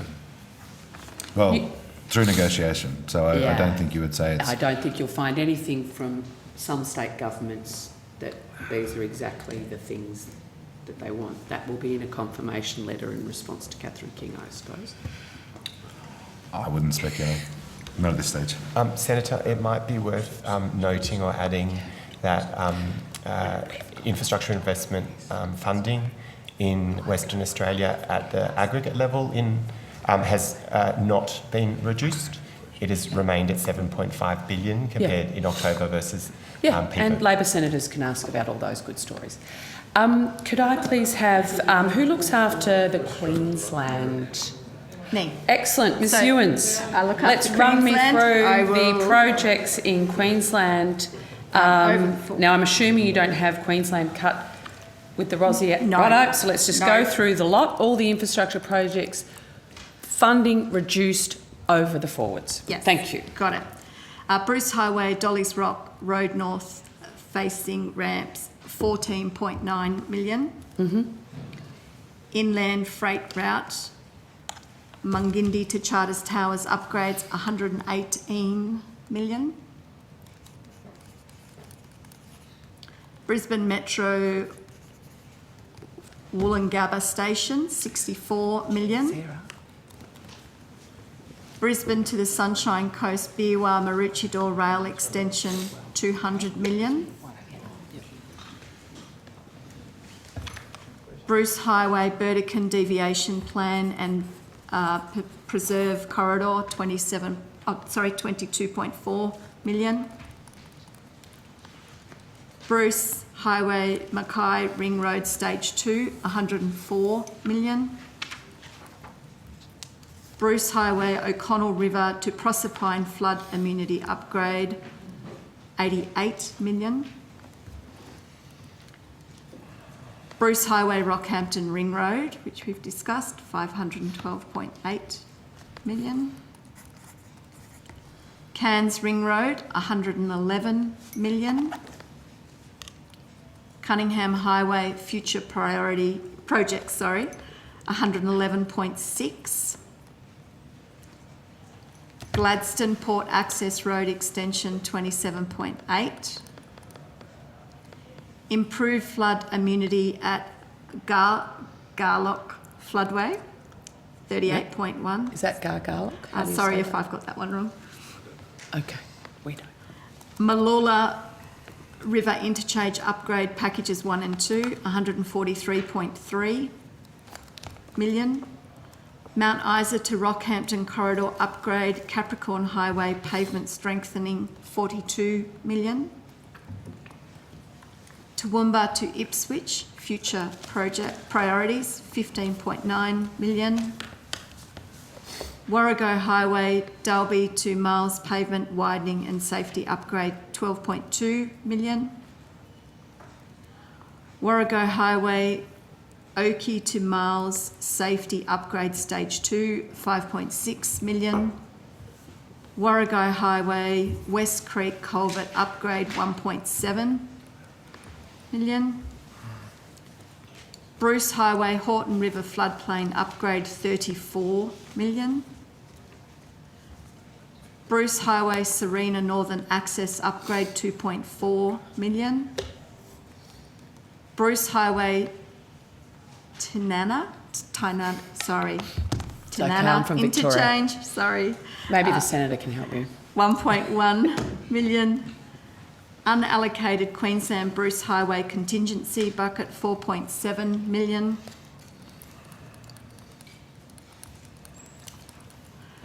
Brisbane to the Gold Coast, Currabee Benlee Faster Rail Upgrade, 150 million. Bruce Highway additional funding for black spots, rest areas and safety upgrades, 2.3 million. Bruce Highway Cairns Southern Access Stage 5, 105.6 million. Bruce Highway Cairns Southern Access Corridor, Robert Road to Foster Road, 4.3 million. Bruce Highway Caloundra Road to Sunshine Motorway, 44.8 million. Bruce Highway Dolly's Rocks Road North facing ramps, 14.9 million. Bruce Highway Horton River Floodplain Upgrade, 34 million. Bruce Highway Overtaking Lanes, 6.2 million. Bruce Highway Pine River to Caloundra Corridor Future Priorities, 236.6 million.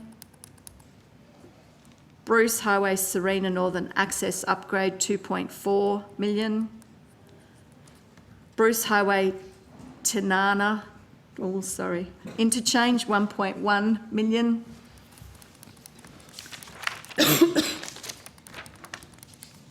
Centenary Bridge Upgrade, 2.7 million. Coomera Connector Stage 1, Coomera to Nerang, 95.3 million. Gateway Motorway, Bracken Ridge to Pine River, 141 million. Ipswich Motorway, Rockley to Darra, 22.9 million. M1 Pacific Motorway, Daisy Hill to Logan Motorway, 40 million.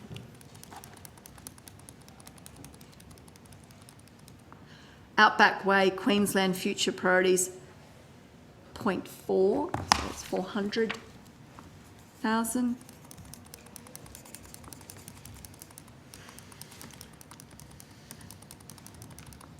Toowoomba to Seymour, Queensland Future Priorities, 35.4 million. Unallocated Queensland Investment Contingencies, 4 million. Warrego Highway Future Priorities, 154 million. That's it. Now, No Ms. Ewan, cancellations. do you have a little tally at the bottom of that? No, I can quickly Wow. do Drive that. Excel. Excellent. Hopefully. For Wish more people Queensland. could. Confirm that there aren't any hidden rows. Oh, Come on. Come on. That's a there's a lot. Sorry, just in the filtering underutilised process. skill set. Yeah, it is. Hang on.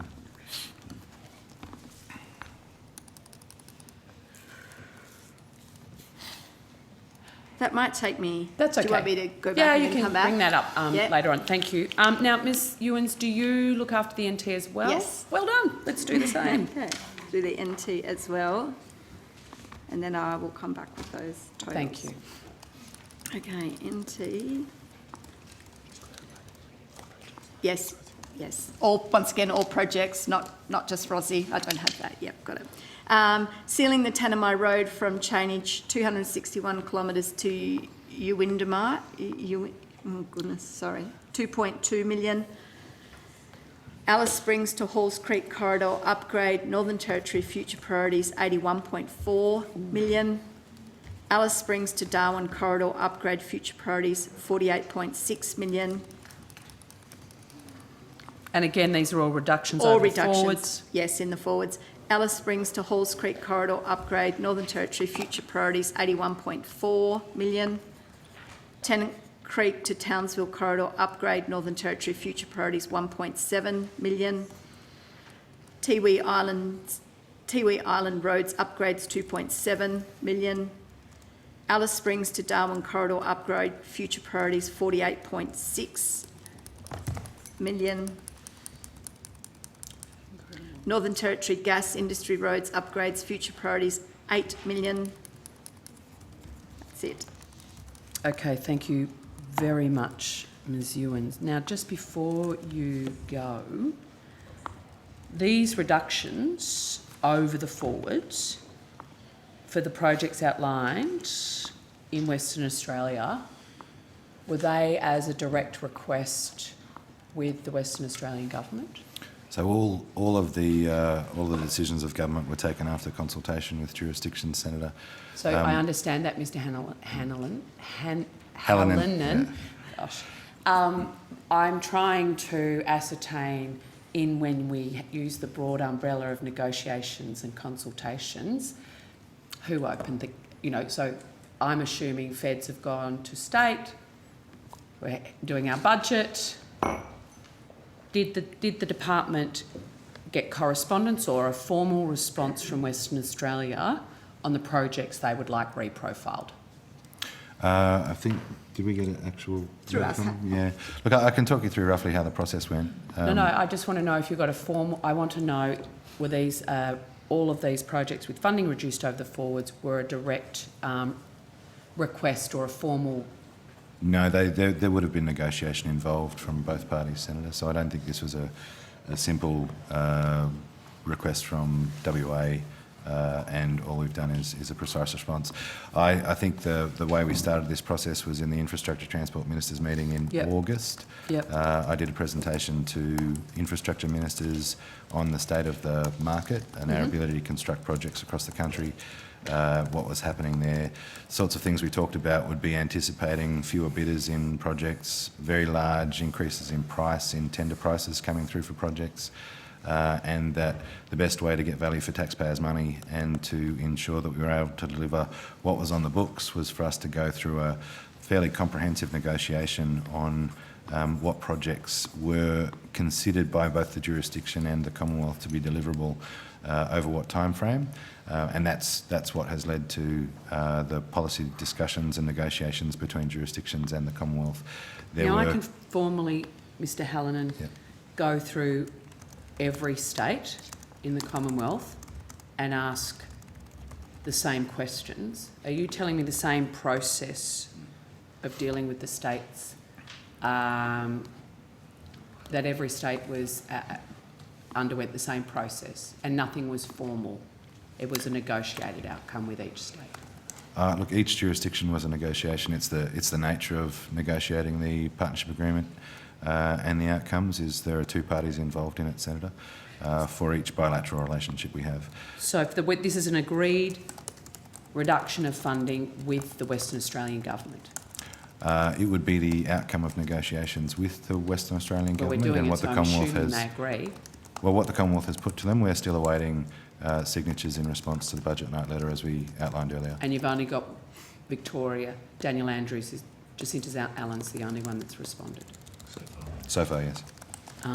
Agreeing to those reductions, or agreeing to the package. The package. Okay. I just want to,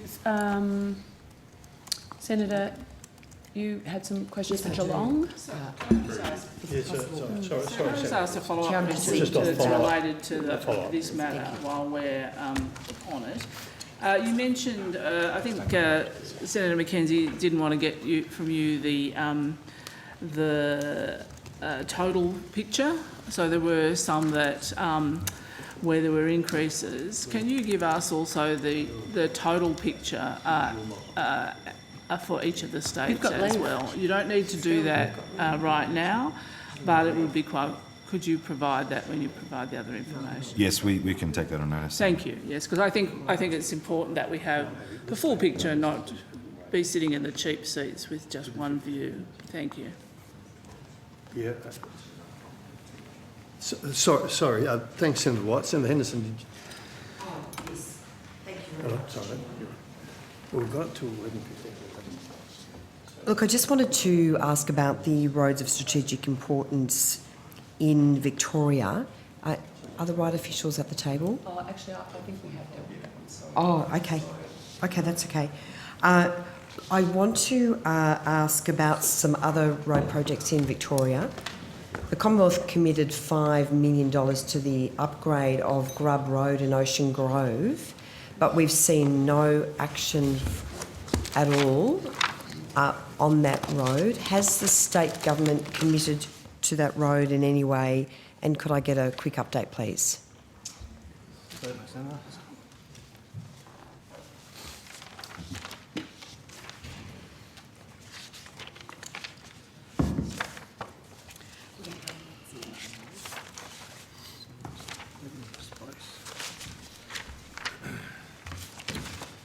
So the Grub Road project, I think you'll be aware, will update a safety upgrade of Grub Road between Shell Road and the Bellarine Highway in Ocean Grove. The project's scheduled to start in mid-2023. At the moment it's in planning. When I say mid-2023, we're hoping sort of at the early end of that, around April. And has there been any, is it just $5 million that's been committed? Has there been any funding committed by the state? So at this stage, the total funding, it's a fully funded Australian government commitment of $5 million with no state funding for this at this stage. No state funding? No, Senator. Have you sought any state funding? Because $5 million isn't going to get you very far for a significant stretch of road. At this stage, it's in planning, we haven't received any advice suggesting from the state suggesting it will be required. Has the Commonwealth sought any funding from the state? Not that I'm aware of, Senator. No, I think the advice that I have here is the total cost as it stands at the moment is a $5 million project being fully funded by the Commonwealth. And what will be delivered for that $5 million? So, as I mentioned, it'll deliver a safety upgrade of Grub Road between Shell Road and Bellarine Highway in Ocean Grove. Yeah, but what does a safety upgrade actually mean? It'll include the installation of traffic signals, the addition of a shared use path and cycling lanes at Grub Road and the Smithton Grover intersection. Could I ask about the Bannockburn roundabout upgrade? It was fully funded by the Commonwealth when we were, when I say we, by the former coalition government. That roundabout has been completed, but for many, many months there are still temporary lights established on that roundabout. The project has not been finished because it's a combination of either Vic Roads or the state or power authorities, but it is a mess. Do you have any information about why that has taken so long? And if not, could you take that on notice, please? Yeah, sure. So just to clarify, that's the Bannockburn Township Entrance Safety Project? That's right, yep. Yeah, so I have that down to a $3.2 million project that's fully funded by the Commonwealth. That's right. That one's being funded through the roads of strategic importance there. Yes, I'm just going to ask specifically, do you know why the installation, the permanent installation of the lights there has not been completed after some 12 months? And if not, could you take it on notice? I will take that on notice, Senator, I think. Yes. I'm just being really quick because I know we haven't got a lot of time. Sure. The Warn Ponds to South Geelong rail upgrade. Yep. The Victorian government decided when the coalition was in government to shelve the duplication of the rail between Marshall and South Geelong, very disappointingly. When will that duplication be built? What information do you have about that? I'll grab that one for you now, Senator. So,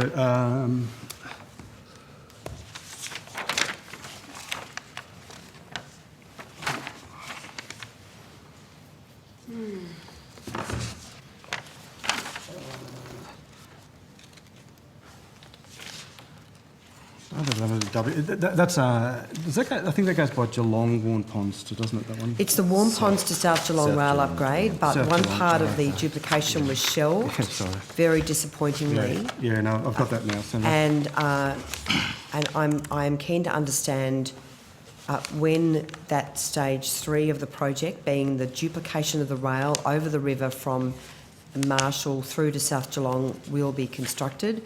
We've heard no news about that, along with the business plan for the extension of the rail to Armstrong Creek.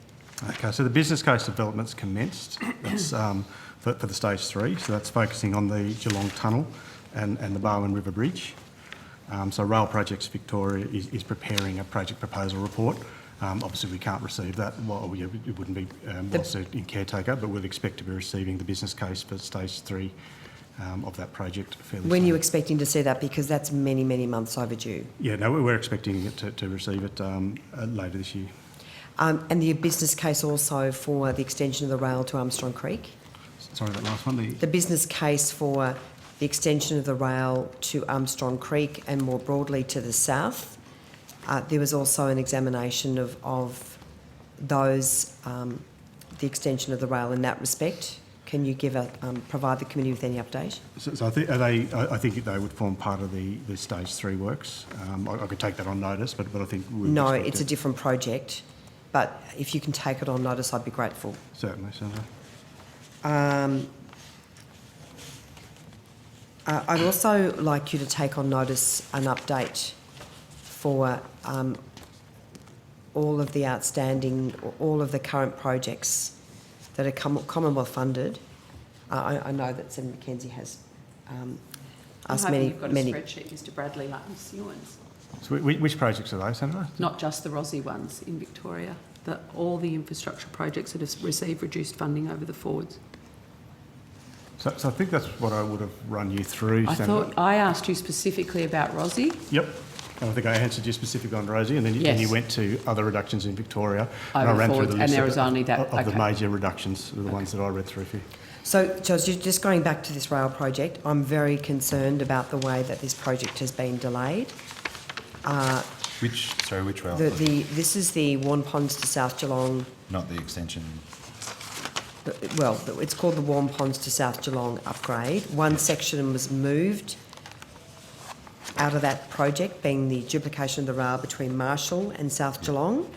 I'm keen to understand, to get a full understanding and all relevant documents and briefs and updates to the Commonwealth in relation to all parts of that program, including the extension of the rail to Armstrong Creek to Torquay. There was going to be work done on that, which hasn't been obviously completed, Mr. as Bradley's well taken as that the on notice. extension, the rail tunnel through to Geelong, and all of the other associated work as well. So the works that I spoke to you about a little bit earlier was the stage 3 business case development around the timing of that.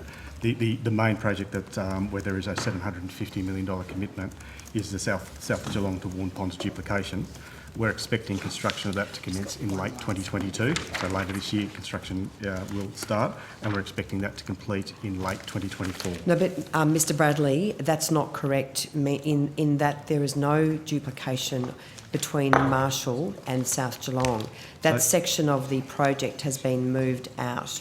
So if you could provide an update as to all parts of the project, all of the timelines, the milestones, and all relevant correspondence and briefs that the Commonwealth has received from the Victorian Government in relation to that project.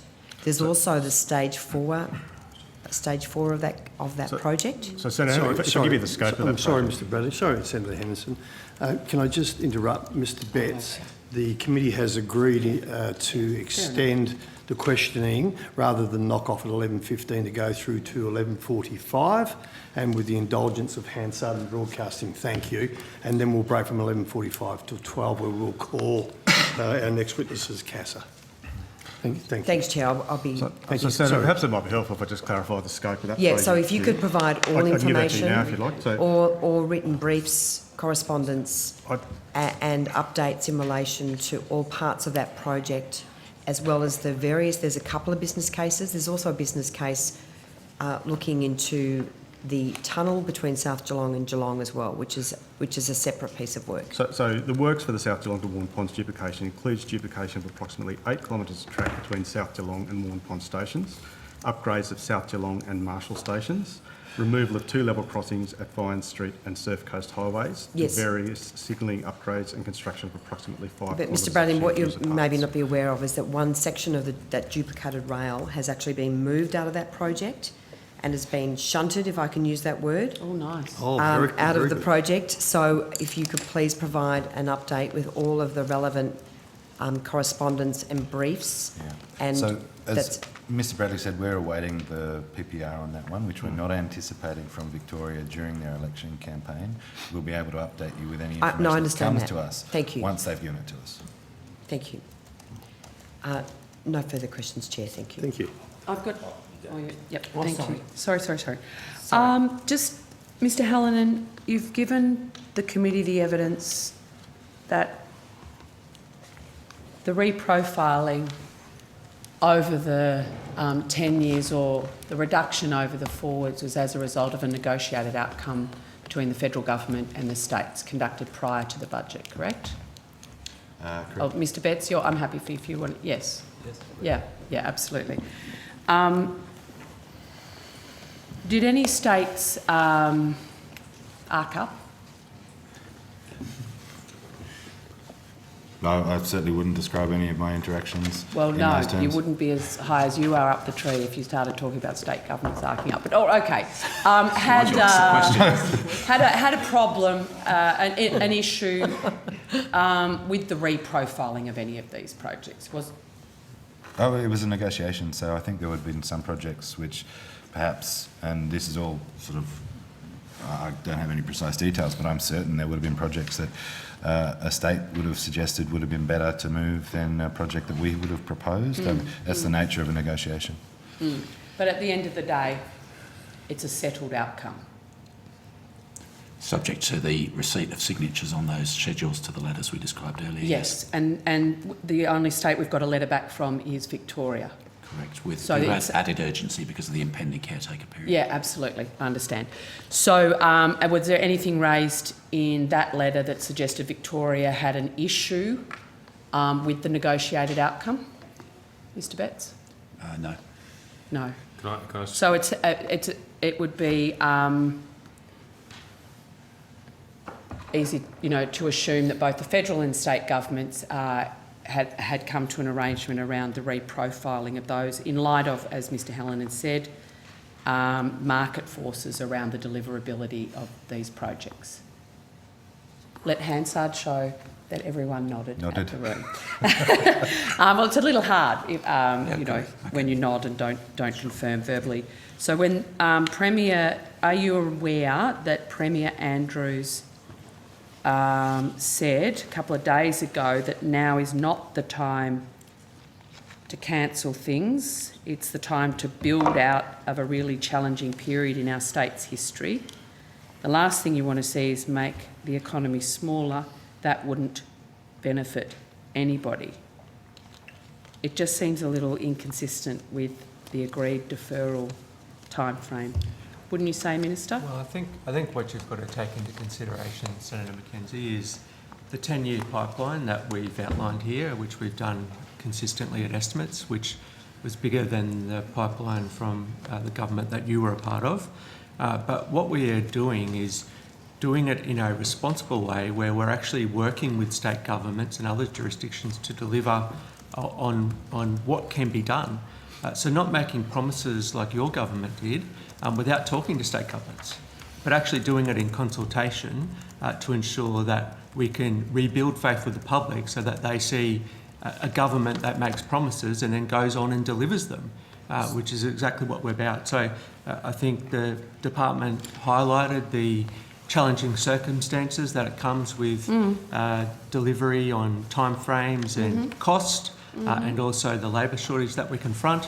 We're doing it in a responsible way. We're working with the state and territory jurisdictions, as they've highlighted, to deliver important projects. And the important thing is that the pipeline into the future is more, spending more than what your government had proposed. Well, Senator, with respect, I'm happy to read the Premier's quote again. He's actually not agreeing with this process when he says now is the time to build. Which is exactly... Now is the... Not in a few years' time, not over the 10-year period. Now is the time. So it would seem a little incongruous, and I know I'm asking an opinion, Secretary, so you won't actually be able to respond under standing orders, but Assistant Minister, it would seem the Premier is not across the challenges in the construction industry as you are. No, well, we're supporting important projects, and I'm sure the department can give you a list of projects that we're doing in Victoria and right across the country that are really important, and working with those state jurisdictions to do that, which is the appropriate way for these things to be completed. Senator Canavan has some questions. Is that okay, Chair? Absolutely. Look, thank you, Senator McKenzie. I just wanted to check, given we have got the letter back from the Victorian Government, were there any changes to the profiling of infrastructure projects in Victoria from the budget to after when the letter was received? No. No, okay, they all stay the same. Thank you. I wanted to go into a different area, to the establishment of a net zero unit. Let's just give some time, or okay, we've got the people we need. Just wanted to first of all, what is the unit about and what's its objectives, what's its work program at the moment?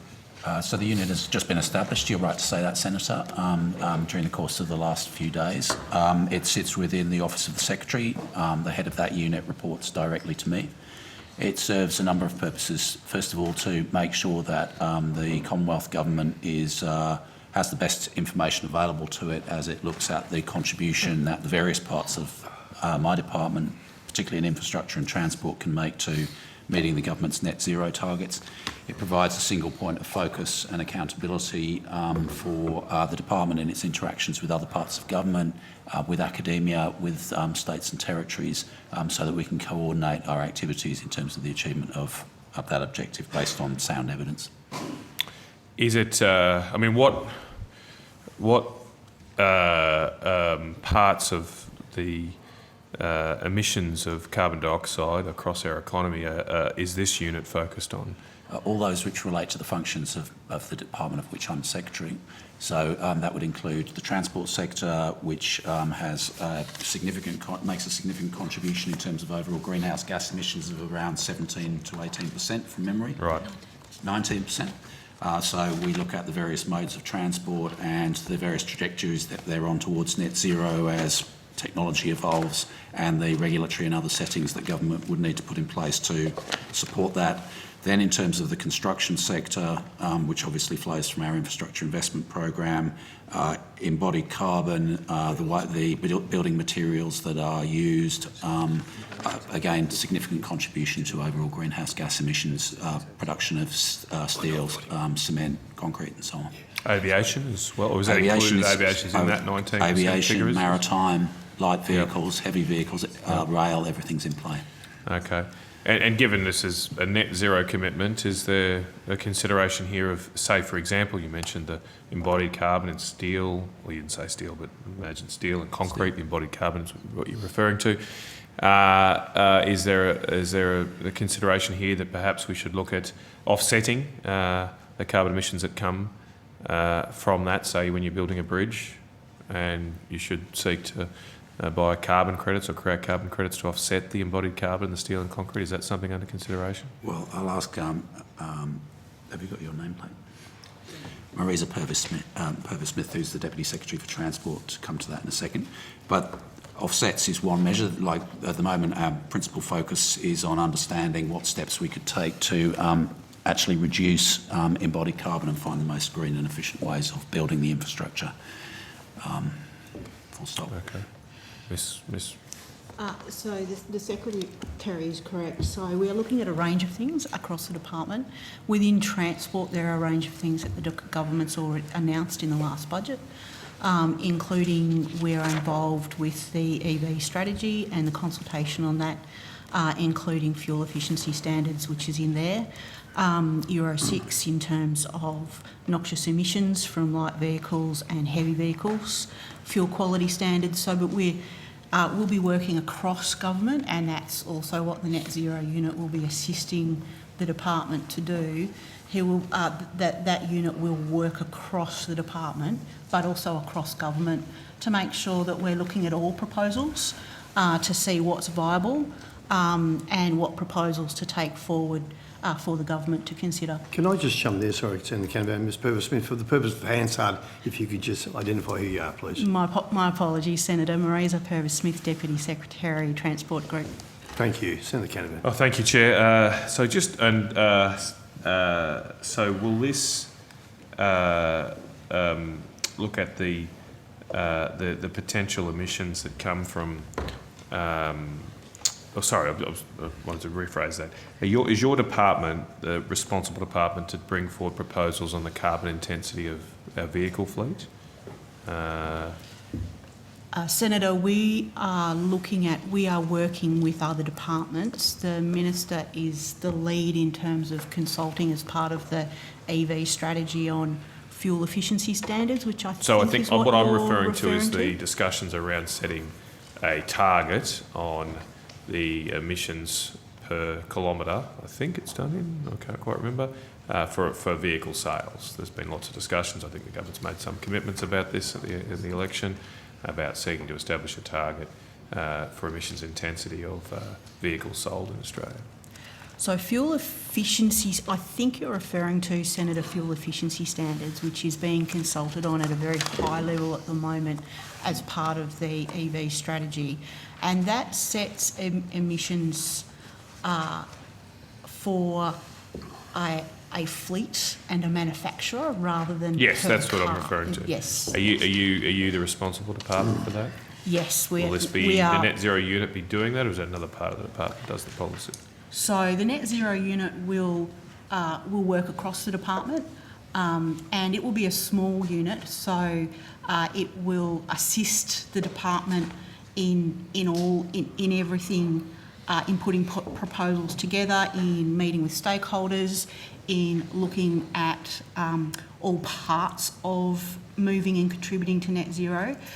For example, though, the parts of the department will be doing the doing, so to speak. So the Net Zero unit, it's not principally going to be responsible for putting together a cabinet submission on a particular topic like this. The Net Zero unit may assist putting together a cabinet submission. It may coordinate putting together a cabinet submission which needs input from a range of parts of the department. So it will assist the department as a whole and work across the department. So it's a coordinating entity and it's a source of strategic advice and evidence. Okay. How did the idea for the Net Zero unit come about? I believe it was an election commitment. But if it wasn't an election commitment, it was certainly conceived early in the... Could you take that on notice? Yeah, I'll check I hadn't heard of it before, but if you could take on notice how that happened. We're looking at about 4 or 5 staff. Okay, that was going to be my next question. So how many are employed at the moment? Well, one. And I've got a couple of staff who are supporting. What was the recruitment process for that staff member? So it was an appointment that I made. It's a time-limited position to set the unit up. Okay. Who is that individual? Ian Porter is his name. Mr. Ian Porter. So what's the time limit on the contract? 12 months, I believe. 12 months. 18 months. Okay, sorry, 18 months. Okay, thank you. In terms of, you said it was you appointed Mr. Betts. Was the position advertised? No, it was a direct appointment by me. So I wanted to bring somebody in for a time-limited period to set the unit up while it was still in transition, provide us with the best advice on how it could function going forward. And there any other applicants or No, people no, it's a considered direct- for the position? It was a direct appointment. You only considered one person? Yeah. Did you interview Mr. Porter? Yeah, I had conversations with Mr. Porter, yeah, as did Marisa and others. Yeah. What were the details of that conversation? Was it over the phone, and for what length of period? Yes, the initial conversation was over the phone, that's right. And so it was a conversation about his background, his expertise, his perspectives on what the department needed to do, as you would expect in it. How did you find out about Mr. Porter? He's well regarded and well known across the sector. He's somebody who's worked in government departments for up to 20 years, been a consultant for many years as well. Did you know him before the appointment? Yes, vaguely, but he's not a friend or anything like that. Right. Was he suggested to you by anybody else? A number of people suggested that he would be a very good person to bring on board, yes. Did anyone from the Minister's office or the Minister herself suggest Mr. Porter? No. I know that Mr. Porter, just recently in his career, he actually was Chief of Staff to a Victorian Minister. Yes. So did anyone from within the Victorian government or associated with the Victorian Labor Party suggest Mr. Porter to you? Absolutely not. What is the... I just might ask that, what about you, Ms Purvis Smith? Did anyone from the Minister's office suggest Mr. Porter? No. Could you take on notice whether anybody from the Minister's office or the Minister suggested Mr. Porter to anyone in the department? I can deal with it now. No, they didn't. You sure? Anyone in the department? Correct. I know that the Minister had not met Mr. Porter prior to this week when he started in the job. Right. Okay. And I informed her that I was intending to appoint him, and it was clear to me that neither she nor her Chief of Staff knew who he was at that point. What's the remuneration? I'll take that on notice. Okay. Look, it does seem quite unusual for no recruitment process to occur. What level of classification is the position? It's first band 2, SES 2. Yes. Cool. And there's not an application process. In Should due there be some course, pretty angry public servants behind you there, Mr. Betts, who didn't get the opportunity? I can't tell whether they look angry or not. I would have been upset. Oh, they're not showing it on their face. There are auditioning. There are provisions which enable secretaries to make appointments for time-limited periods. I take accountability for that. It's entirely within the rules processes established by the Australian Public Service Commission. I've made clear that it was in no way an appointment which was politically influenced. That's my accountability. It's a straightforward public service matter. Well, look, it does raise a lot of questions here, Mr. Betts, and I'm not so much a reflection on you, but this person is obviously associated with the Labor Party themselves. Which is not a prescription for operating as a public servant. And exactly, I agree with you completely. I agree with you completely. In fact, I do think it's important to have, certainly not to put a bar on people involved in politics, that would just stop people being involved. But when you are associated with certain political parties, it makes it more important that proper processes are established and adhered to, because the suspicion alone is an issue with these things. And there is a suspicion here. Minister, do you think it's appropriate that an SES2, band SES2, is appointed without an application process, without a selection panel, and without any alternative candidates being considered? I think the nature of the process is Well, that ministers, hang on, Mr. Betts. ministers All don't get to questions, influence. Mr. Betts. I know it's new, but all questions of the minister. If he wants to refer to you, he can. But the question is to the minister. I think the Secretary has given a good explanation of the process that he went through. Okay.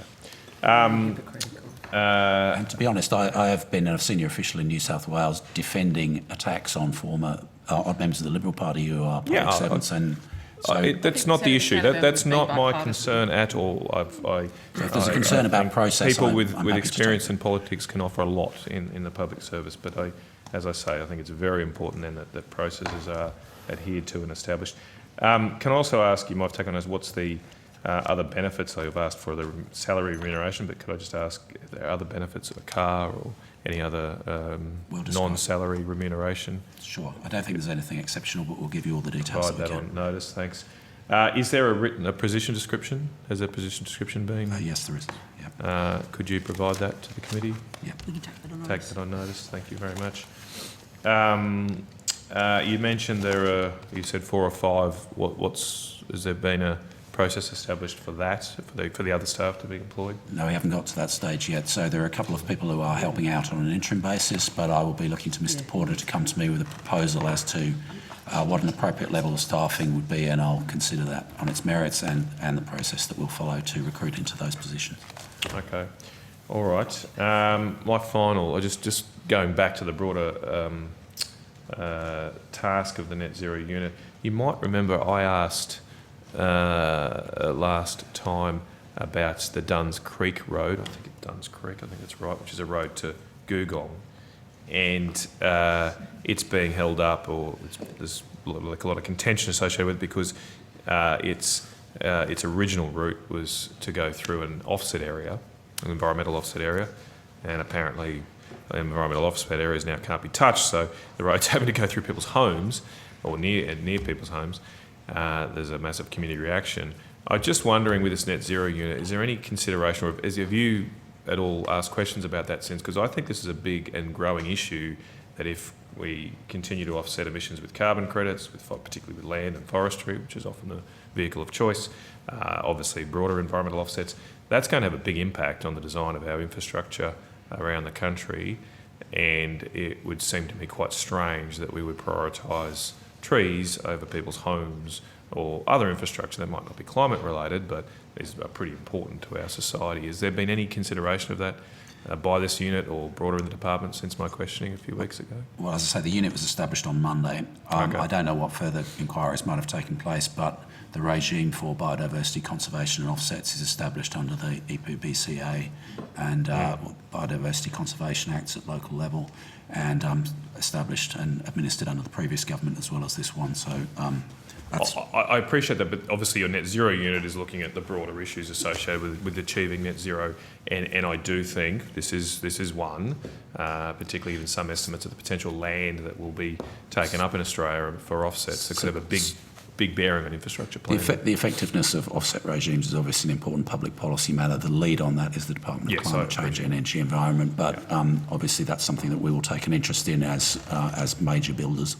Okay, thank you very much. Thanks, Chair. I think Senator Rennick had questions if we're able to. Senator Rennick till 11:45. Yeah, hi guys, how you going? Look, I've just got some questions about electric vehicle charging stations. Does the Labor Party have any idea of the increased demand for electric vehicle charging stations across regional Australia? I wouldn't know. I don't speak for the Labor Party. Take it, that's a question for the Minister. Sorry, for the Minister. I'm happy for the department to provide any information if they have any. We'll do our best to reframe that question so that we can answer it. As a government, well, is there a plan, I guess, we've just, not asked, we didn't vote for it. But Sorry, Senator Rennick, you put the question as the Labor Party. Do you want to ask the department if the federal government has a... to the department, does the government have any, sort of plan for the expected number of electric vehicles to come on the roads in regional areas, both from obviously city folk travelling on weekends and then, the uptake in regional areas and the expected demand for charging stations across roads in Australia? Senator, the Department of Climate Change is taking the lead on the trunk infrastructure for electric vehicles. Right. So I think the question, including in regional areas, and we will liaise with them and work with them, but I think that question is best put to the Department of Climate Change. Okay, I guess why I'm asking this is, for regional transport, regional areas and transport, I would have thought someone's going to have to collect some data to anticipate the increase in demand, and this is going to be a concern going on into the future if you've got cars breaking down 50 kilometres from the nearest town and things like that. You've got... Senator, so again, as part of the EV strategy, consultation closed at the end of October, and the Department of Climate Change is leading on the trunk infrastructure associated with that. We're working with them. I think there was 500 submissions. Both us and the Department of Climate Change are working through those submissions. Where the trunk infrastructure goes for EVs is something that will need to be considered in regions in particular, but all over Australia. So that is something that will need to be considered and will be considered as part of the EV strategy. Do you have a date as to when you'll have that strategy finalised by? So again, that part is being led by the Department of Climate Change, so I think that they would be best suited after the consultation and the 500 submissions have been gone through. I think it will need to go back through into government through a cabinet process. Okay, because I just know, tell me if I'm wrong, Senator Kennedy, but I think that bill that we passed this morning was backdated to July 1st this year. So the uptake will be occurring now. So we're going to have an increased demand. So, you know, we're going to need to get some of these charging stations out there ASAP, wouldn't you agree? And I think there are some charging centres and stations already out there. In relation to the EV strategy more broadly and across the country, as I mentioned, that's the EV strategy that's being consulted on and going through at the moment, and will go through back to Cabinet and is being led by the Department of Climate Change. Can I just jump in, if it does assist Senator Rennick? I know the West Australian Government has made the announcement in building these places in Western Australia throughout the Goldfields, the Pilbara, the Murchison, the Kimberley. And I can get that info if that helps you for WA. Yeah. You know, Broome, Kununurra, all that. Yeah, thanks, Chair. I guess one more. Yeah, sure. Senator Kennedy. Just one more question, returning to where I was. Mr. Betsy, have you made any other appointments as direct appointments on your own authority? Yes, I've made an appointment in a First Assistant Secretary position on similar terms to First Assistant Secretary Indigenous Strategy to again coordinate from my office the implementation of the Department's various obligations and commitments under Closing the Gap.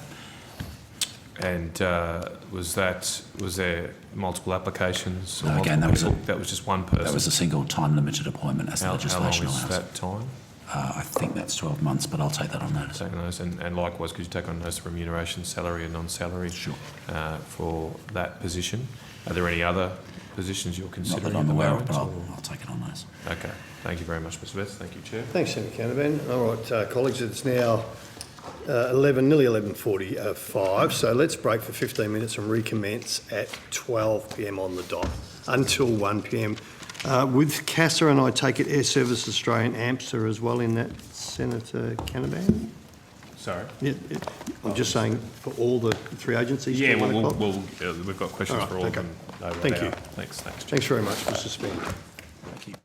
Welcome back, everyone, and I now welcome officials from the Civil Aviation Safety Authority. Do you wish to make an opening statement, Ms. Spence? Pip Spence, CEO, CASA. I've got one prepared, but I'm happy just to table it in the interest of time. I think in the interest of time, Senator Canavan, happy for tabling? Yes, thanks. So we can get straight to questions. Thank you, Ms. Spence. And I'll pass to you, Senator Canavan. Thank you. Chair. I just had some questions on an ANAO audit. I understand the Australian National Audit Office undertook a review of CASA's planning and conduct of surveillance activities. Yes, that's correct. That's right. My understanding is that the audit found a lack of consistency in the application of surveillance across sectors, with delays in identifying key areas of focus for surveillance. Could you advise us what the nature of those issues were and the key findings made and how you responded to those findings? What I can say is overall, I think they found that we were effective, but they did identify areas where we could improve our performance. And I might ask my head of the Regulatory Oversight Division if you want to provide a bit more detail. Mr. Walker. No, thanks, Pip. Rob Walker, Executive Manager of the Regulatory Oversight Division. The inquiry obviously made a number of recommendations which CASA has agreed with each of those. In terms of the range and scope of the recommendations, it covers off effectively a lot of the way we're actually capturing our records and articulating our processes. So we've agreed that in terms of our national operating plan that we're going to better articulate that so that's clearly understood by industry. And some of the other recommendations also go to our reporting, so how we actually capture the surveillance activity that we've performed and how that's reported through to both our board and through to the Minister as well. So these, the lack of consistency across, and what does surveillance mean exactly, to help me out? What does that mean? When you're doing a surveillance activity, what do you do? Yes, certainly, Senator. We have an annual program of surveillance. So surveillance is effectively oversight. We go out and we look at various operators or various sectors with industry to understand how they're performing. Obviously, they've given a regulatory permission from us to operate, be it an air operator certificate or some sort of other permission, and it's effectively a validation process to go and check that they're doing what they say they were going to do. But fundamentally, are they operating safely?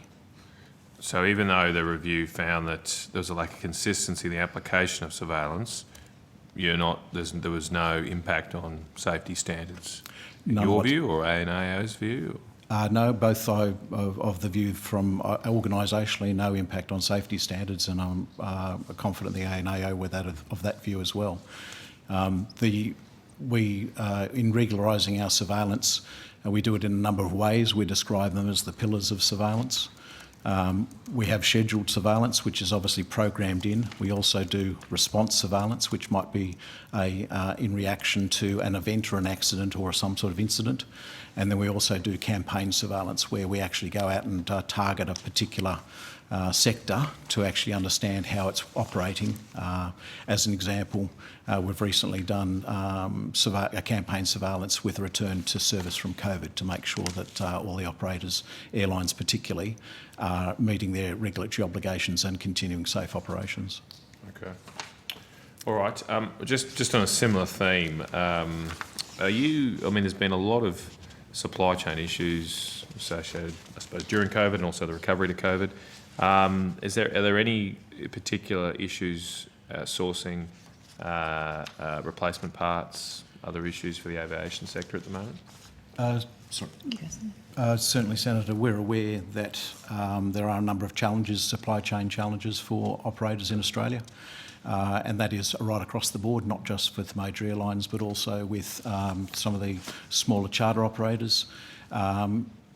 Some of the larger engine manufacturers, both in Europe and the US, are struggling to maintain supply, and we are seeing some of those impacting here in Australia. Our reaction to it, as the regulator, is we're in close contact with those operators. We have very good relationships, and we've got a standing offer with industry where they've identified they might have a challenge to come and talk to us. And in a number of instances, we have actually provided some forms of relief to allow them to continue to operate until they get the spare parts they need. And when you provide that relief, again, you're presumably not in any way compromising safety. How do you make these judgments, though? Certainly. We very much rely on what we refer to as the original equipment manufacturer, so the OEM. And the OEM is obviously the organisation that designs and manufactures those parts. So it could be one of the larger engine shops, or it could be a smaller parts supplier. As the original designer, we very much look at what their advice is, and if they the advice from the manufacturer that's okay to grant some sort of relief or an exemption in a short-term period, then we take that on board. We also do our own due diligence and safety analysis as well. And are you seeing supply chain issues begin to ease, or are they really still there at the moment in this sector? Across different sectors, it's very much starting to ease in some of the larger manufacturers with Airbus and Boeing. Right. In the smaller sectors, there's still some challenges that it's starting to ameliorate, but we'd expect that some of thinking of Lycoming in particular, that supply engines for helicopters as well as light aircraft, they're probably still 6 months away from getting back to normal. Okay. Just turning to another issue, a few of us in regional areas are excited for this new airline, Bonza. So you're probably familiar with it to start, because we're getting smashed with high airfares, and I know that's not your responsibility, but that's a big issue at the moment in country areas in particular, and it'd be great to have some more competition. I see, though, there's been a delay in getting, I think, CASA approval. Could you take us through the status of that? Senator, it's a pretty complex process to work through for a new airline to come in and actually be granted an air operator certificate. Yep. We've been working very closely with Bonza. We're still waiting for some material back from them, but there are a lot of steps that they actually have to get through to actually be able to operate in Australia. But I think it's a very they're being very diligent in the way in which they're working with us. But again, from a safety point of view, we need to make sure that they've got all the right things in place. I think on a positive note, we are very close. Okay. A number of the required approvals have been granted. They currently have one aircraft in Australia which they've been using for some of their proving flights. Right. Another 2 aircraft are on the way, and when we're in receipt of the additional manuals that we require, we should be able to continue to work as expeditiously as we have to get them up and running. But it won't be a Christmas present by the sound of it for us? I wouldn't want to be drawn on a date, but it's going to be close. Okay, all right. Now, I've got one more series of questions, but I'll just maybe I'll pause just to gonna- check. you keep going, but I'll get an Is there indication. others that want to... Well, I know Senator I'm just Wishwater's also got mindful of questions in time. AMSA. Senator Roberts, have you got questions to CASA? Or if CASA. you're happy. Maybe I'll just rotate the call because we do want to leave time for Sure. other agencies, and I'll come back at this time. Great. Senator Roberts. Do you have CASA? There you go. Do you have CASA? Thank you for appearing here today. Yes. Is it CASA that is responsible for aeromedical safety for pilots in Australia? Yes, Senator. Can you tell me a bit more about the responsibility? I might invite my colleague who looks after the AVMED area within CASA to provide you a bit more information about how we operate in that space. Which area was that, Ms Spence? It's the Stakeholder Engagement Division, but he's responsible for our aviation medicine team within CASA. Thank you. Good morning, Senator. Good morning. Ambrose Marcella, the Executive Manager for the Stakeholder Engagement Division, and the aviation medicine sits within that portfolio. And what are your responsibilities?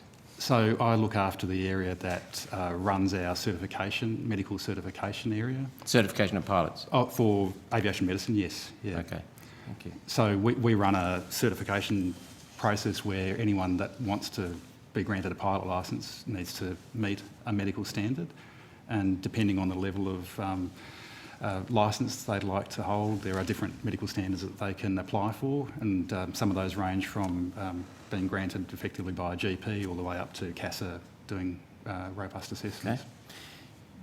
Second question, how do you pronounce your second name, Mr? Marcello. Marcello, Yeah, thank you. Did the airlines have to consult CASA at all before implementing vaccine mandates? Senator, they would not have known. The vaccine mandates were a matter for health agencies, not us. So, but CASA is responsible for aeromedical safety, and this is mandating, the airlines were mandating a medical procedure. Mandating? No, Senator, our policy when it comes to vaccination from an aviation safety perspective is fairly straightforward. We have a 24-hour stand-down period where we request that crews don't operate for 24 hours, and that accounts for any adverse reactions that might happen on any vaccination. And beyond that, our requirement is that if there are effects being experienced, that pilots declare that either to us or to their medical examiner and stand down from duties. So it's a pretty standard process we have for vaccinations. So you'd expect the effects to be over within 24 hours? The immediate effects. So our concern is around incapacitation. So is there a risk of sudden incapacitation for a pilot? And the medical evidence suggests that takes place in the first 24 hours following. Where did the evidence come from? Senator, that's a globally accepted standard that all So you didn't check regulators... where the evidence came from, you just accepted the globally accepted... Senator, and as Mr Marcello said, this is for all vaccinations, and that is a long-standing practice that has been in place around that 24 hours. So there was no... What we're talking about is our general processes. Okay, so there's nothing exceptional about the way COVID injections are treated? No, Senator. Okay, thank you. So is CASA aware that the COVID injections only hold provisional approval?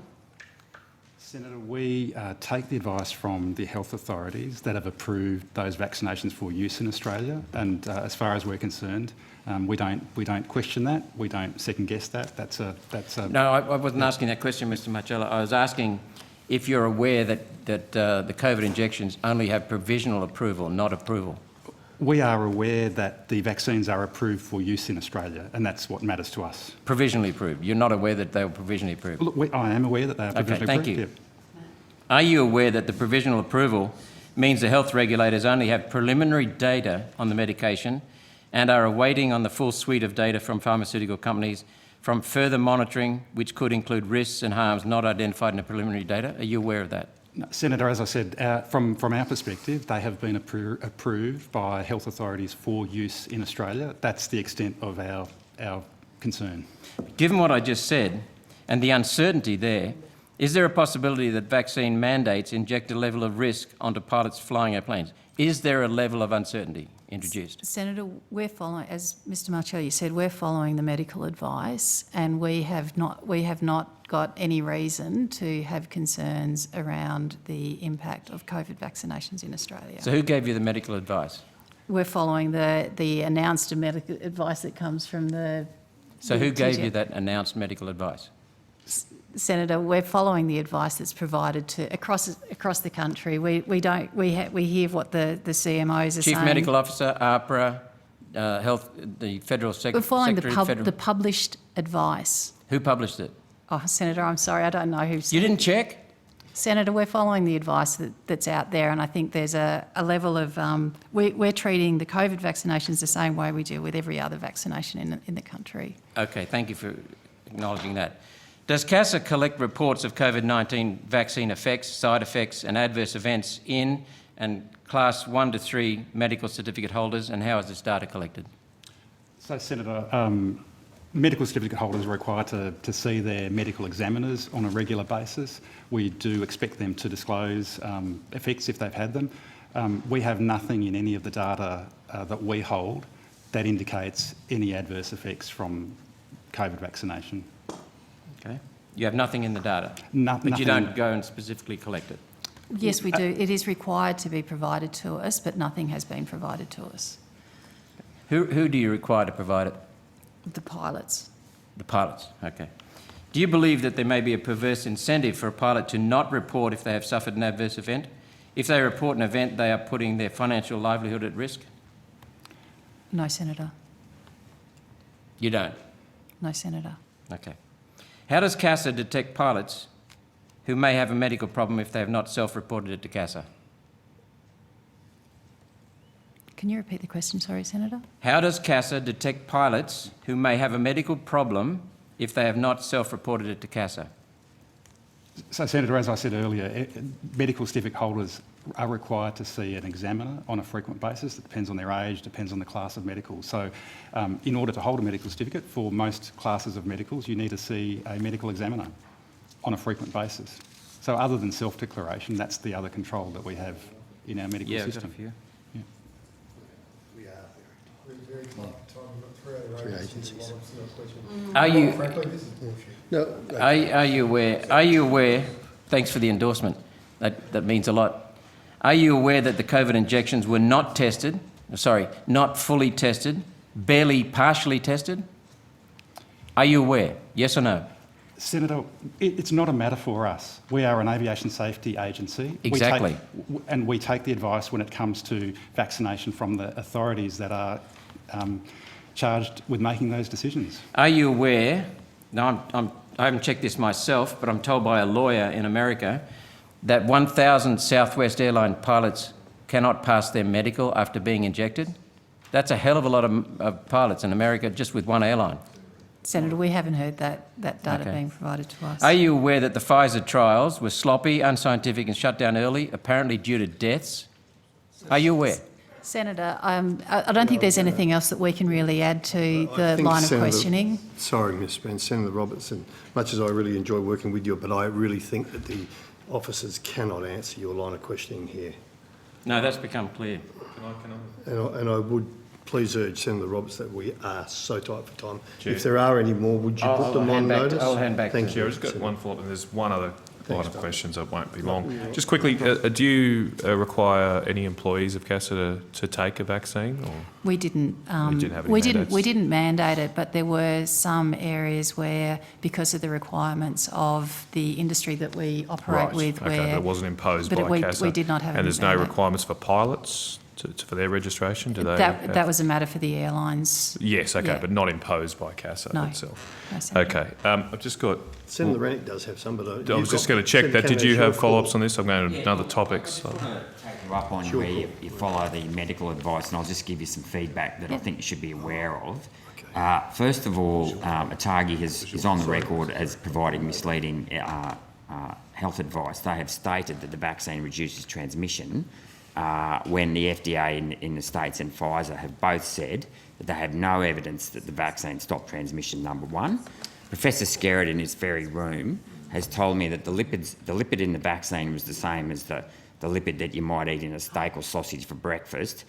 That was in the last set of estimates. He subsequently told me... Yes, you can. I'm sorry, Senator Rennick. I'm sorry. Senator Wishwason. Yes. This is an opportunity to ask questions. Have you got a question, Senator? Yeah, I have. Yes, I'm just stating my preamble. We don't have a lot of time. We've got 40 minutes to get through 3 Yeah, okay. So I've been sitting here all morning waiting for my turn, so that's the way it works, Senator Wishwason.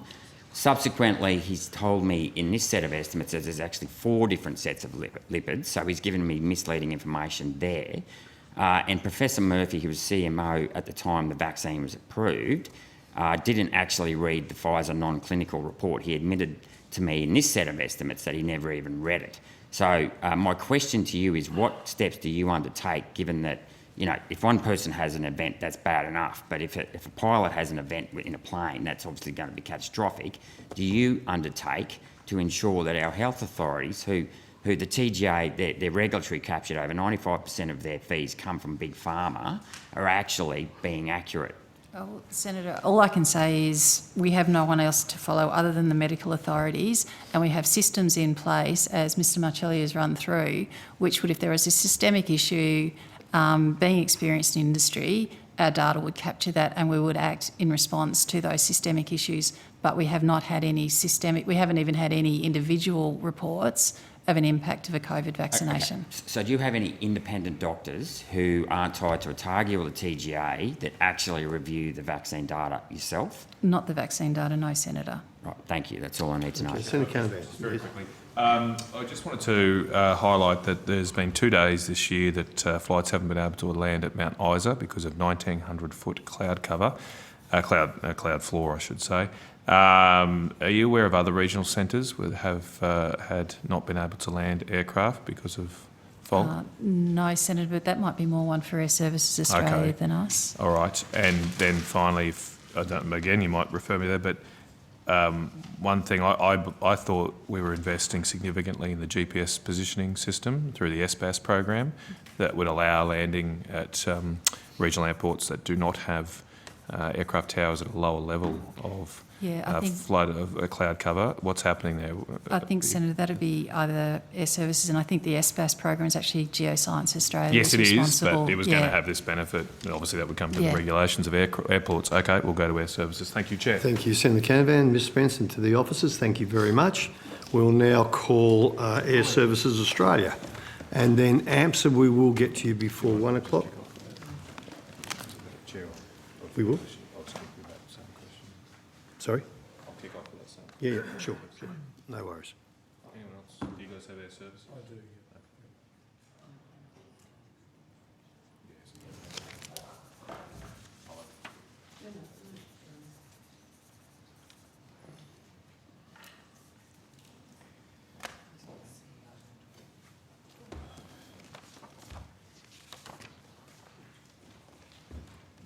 Still looking trim and fit, Mr Hartfield? We'll have to have a chat what your secret is, eh? Welcome. I now welcome the officers from Air Services Australia. Mr Hartfield, do you have an opening statement? If you do, you're going to be very brave. No, I do not, Senator. Thank you. Senator Canavan. Thank you, Chair. I don't know if you just heard, I was asked questions about landing at regional airports and impacts of cloud cover. There's been twice in Mount Isa that landing has been limited because of 1,900-foot cloud cover, so quite high. Are you aware of, do you collect data on how often this happens across regional airports? Senator Jason Hartfield, Chief Executive Officer, the data we would collect is where we are providing a control tower service at some of our regional ports. We would definitely have that data. Right. At some of what we would call regional ports where there isn't an air traffic control service, it would only be a pilot report that they hadn't been able to arrive. Well, could you take on notice if you have any reporting or data on that? Now, as I said earlier, I thought years ago the Australian government invested to improve our GPS system with this SBAS program, and I went out to the Canberra airport and provided how we can land now. We'll be able to land at regional airports without a tower with lower levels of fog or cloud. That still seems very high. So where's that SBAS program up to, and when are we going to see the benefits of that? Senator, Geoscience Australia would be able to give you the full details Yep. of where the program's at. We're working with Geoscience Australia on the aviation component, and with that particular technology, with the augmentation, for be used for aviation purposes sort of requires sort of the extra level of fidelity than what the benefits Yep. are for the, and they would be best to provide where that progress is. So we're still working towards it, and it's a major piece for us. So does that require upgrades to the equipment in the aircraft as well? To take advantage of the SBAS? Yeah, to utilise the space-based augmentation system, there is a certain level of avionics that's required to access the signal. However, there are also other technologies that we are helping roll out around some of our regional ports that do help lower the or allow for better arrivals in other weather, not just on SBAS. Maybe if you could take on notice the details of that, because it is a very important issue, obviously, because when this does close, particularly in remote areas, a lot of alternatives, ways, if there can be life and death situations. So this is an incredibly important initiative. Chair, if you don't mind, Senator Mackenzie, could take the rest of my time. Yep, absolutely. Thank you, Chair. Thank you. Mr Hatfield, I had the opportunity to meet with the Brisbane Flight Path Alliance, a community group that's incredibly concerned about noise, specifically in flight paths into the Brisbane airport, directly over their homes. And despite being in this shadow portfolio for a short amount of time, I've had hundreds of individuals email me daily with their concerns. They're concerned that they aren't being listened to, that the culture of Air Services Australia is not one of openness, of consultation, of sitting down with communities and understanding what their issues are. And I just want to understand what Air Services Australia is doing to actually engage with this community and try and solve their issues. Thank you, Senator. I will pass to Mr Peter Curran shortly to go through the details of the amount of community workshops and also some of our stakeholder engagement that we've been doing over the last 6 months plus as a result of undertaking the post-implementation review of the flight path changes for the new parallel runway. Cindy, to give you an element of the history to where we've got to here is that when the new runway became operational in the mid-2020, in the height of COVID, the traffic distribution was different to what was originally forecast. To just give you just a brief history, with the border closures that happened with Queensland, the intra-state traffic actually increased, and because of the disposition of the runways, most of it was off.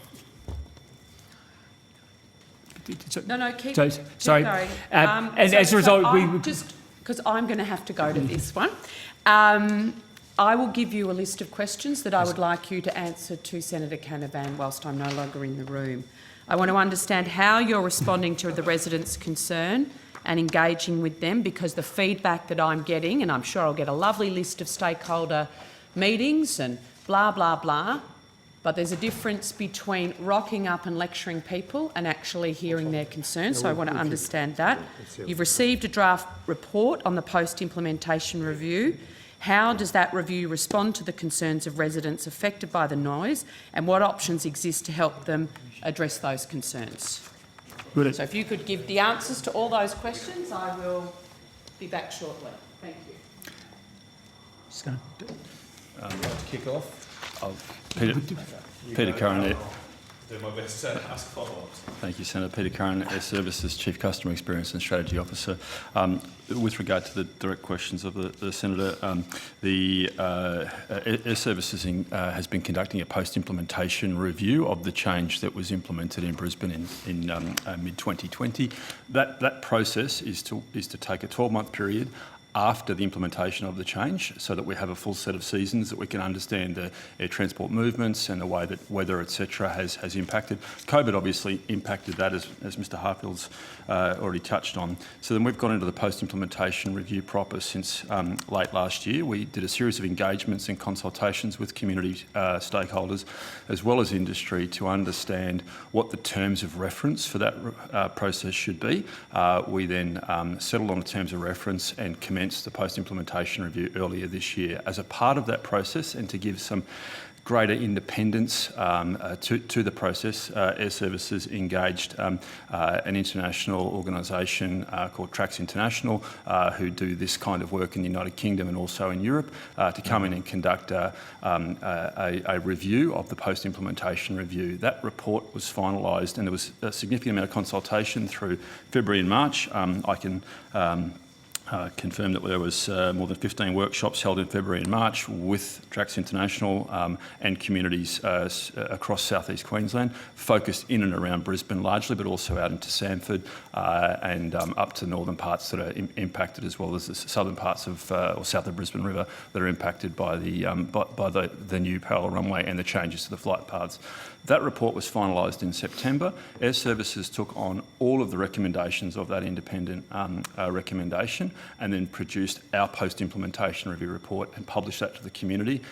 We provided the community a period of comment, which was approximately 4 weeks. That just closed last week, and we received 440 pieces of individual feedback from community members.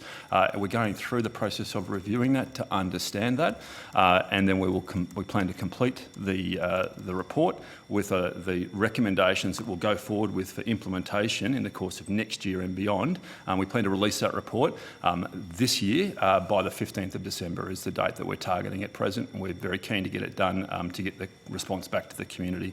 With regards to, I think, the second question of the Senator around what are the types of, perhaps it was the third question in fact, what are the types of changes that we are able to make that will give potentially better noise outcomes to the Brisbane community.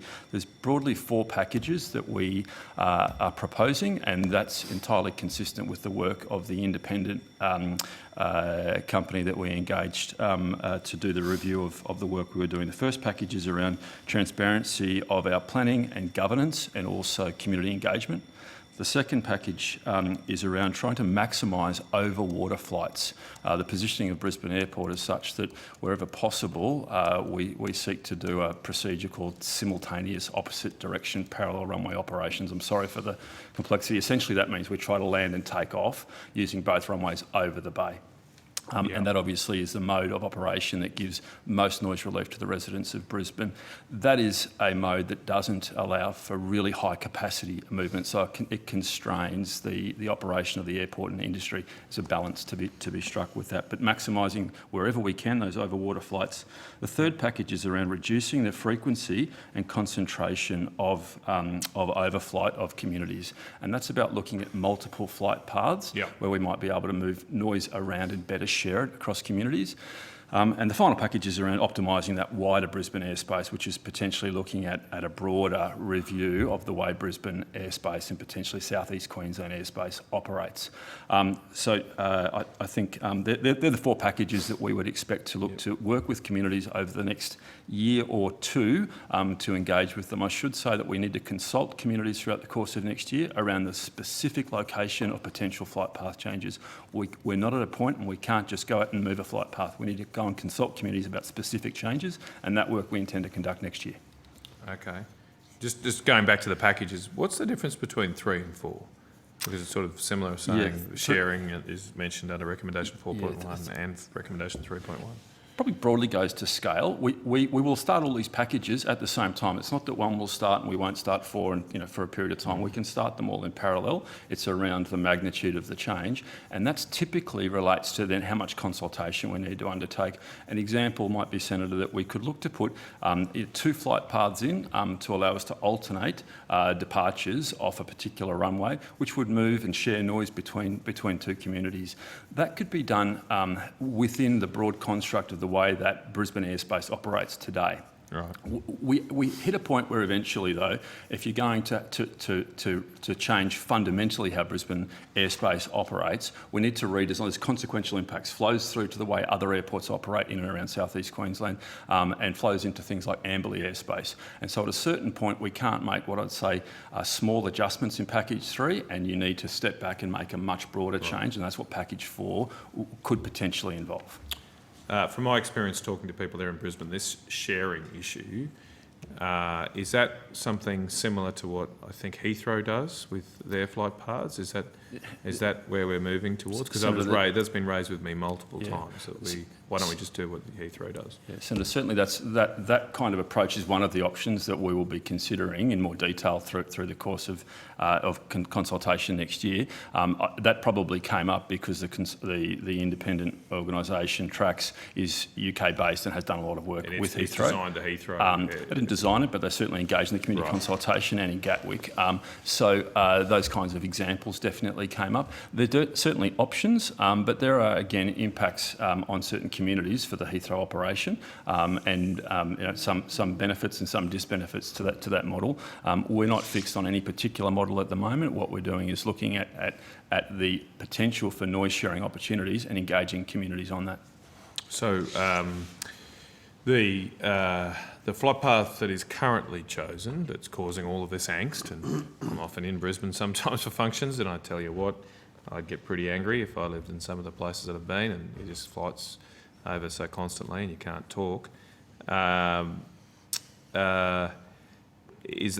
they been chosen to optimise the costs of the airlines, to minimise their fuel costs, if you like? Senator, at no stage is there a single metric or a single factor that is taken into the design of flight paths. If you go back to the chronology of the airspace design in Brisbane, started in 2005-06 with a referral to the then minister. There's an MDP that's approved, and Air Services works within that airport.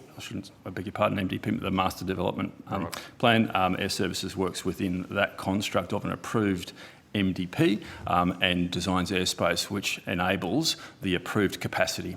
And we seek to do that by balancing a range of considerations, including industry efficiency and noise impacts, environmental impacts on community, CO2, more notably becoming a consideration in recent times, not just noise in terms of environmental considerations, there's also areas of natural heritage, etc.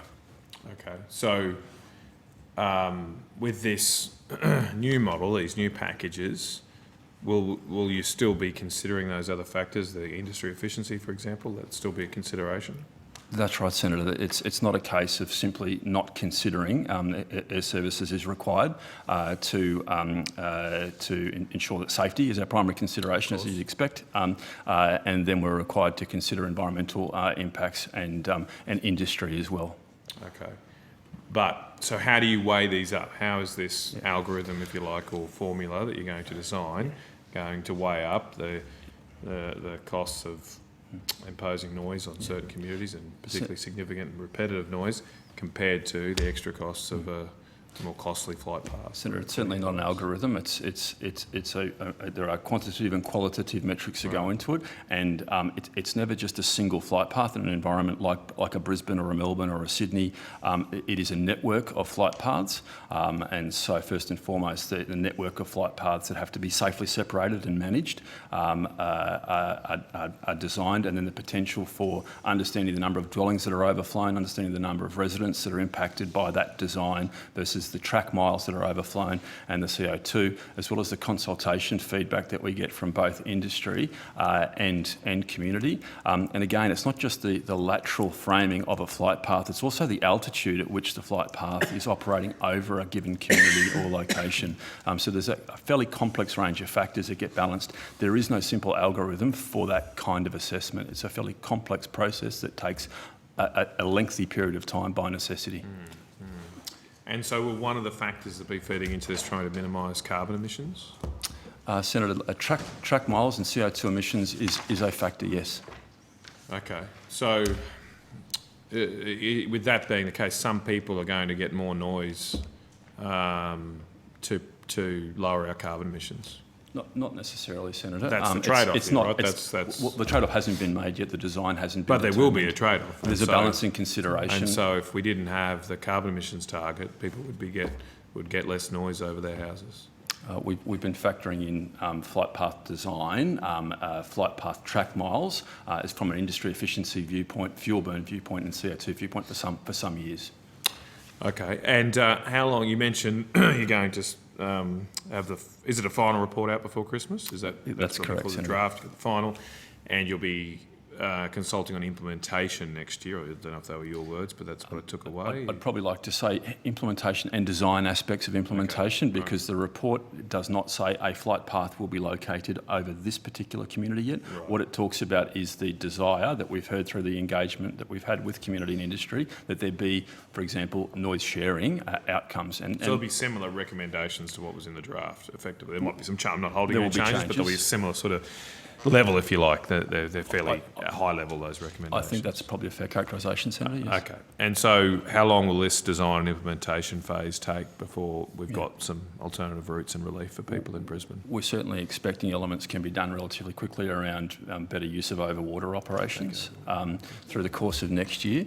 But the more complex changes will, by necessity, require a series of engagements with community and industry to understand the specific impacts on specific communities for a specific flight path proposal. And that will be a process that will commence next year, but will move into 2024 also, certainly at this stage. Okay, so the basic principle is if it's over water, you don't have to consult with anyone. The fish don't care.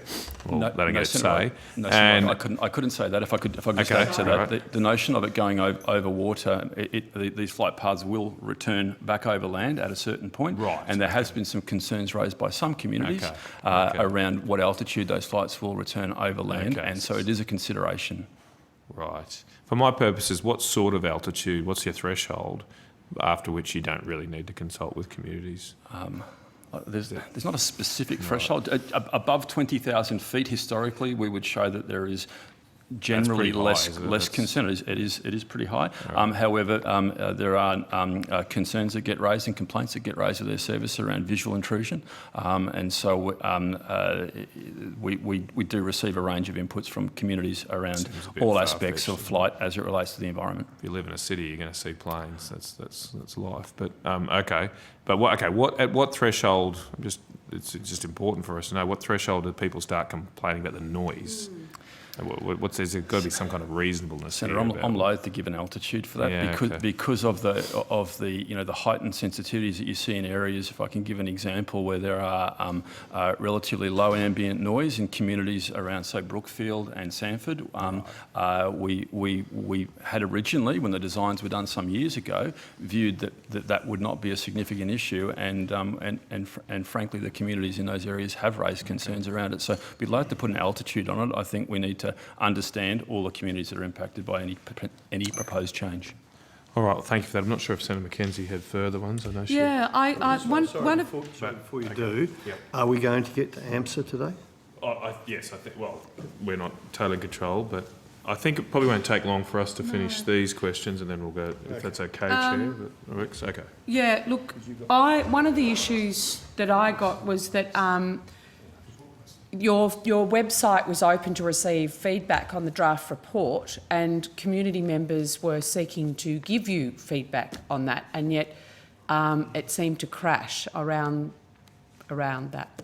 Like, did you receive any complaints from community members about not being able to upload their feedback to your draft report on your website? Senator, I have not received that. I'm not aware of it, and I believe if we had a crash around an issue, we've had the post-implementation I'm happy to read the email review open for 4 weeks. It's something that I'm surprised to hear, but You're surprised to hear.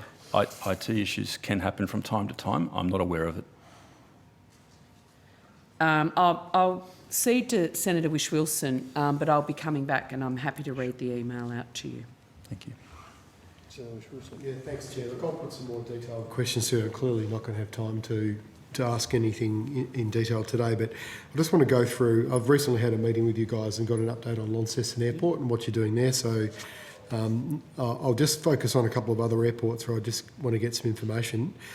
Starting with Jandakot Airport in Western Australia.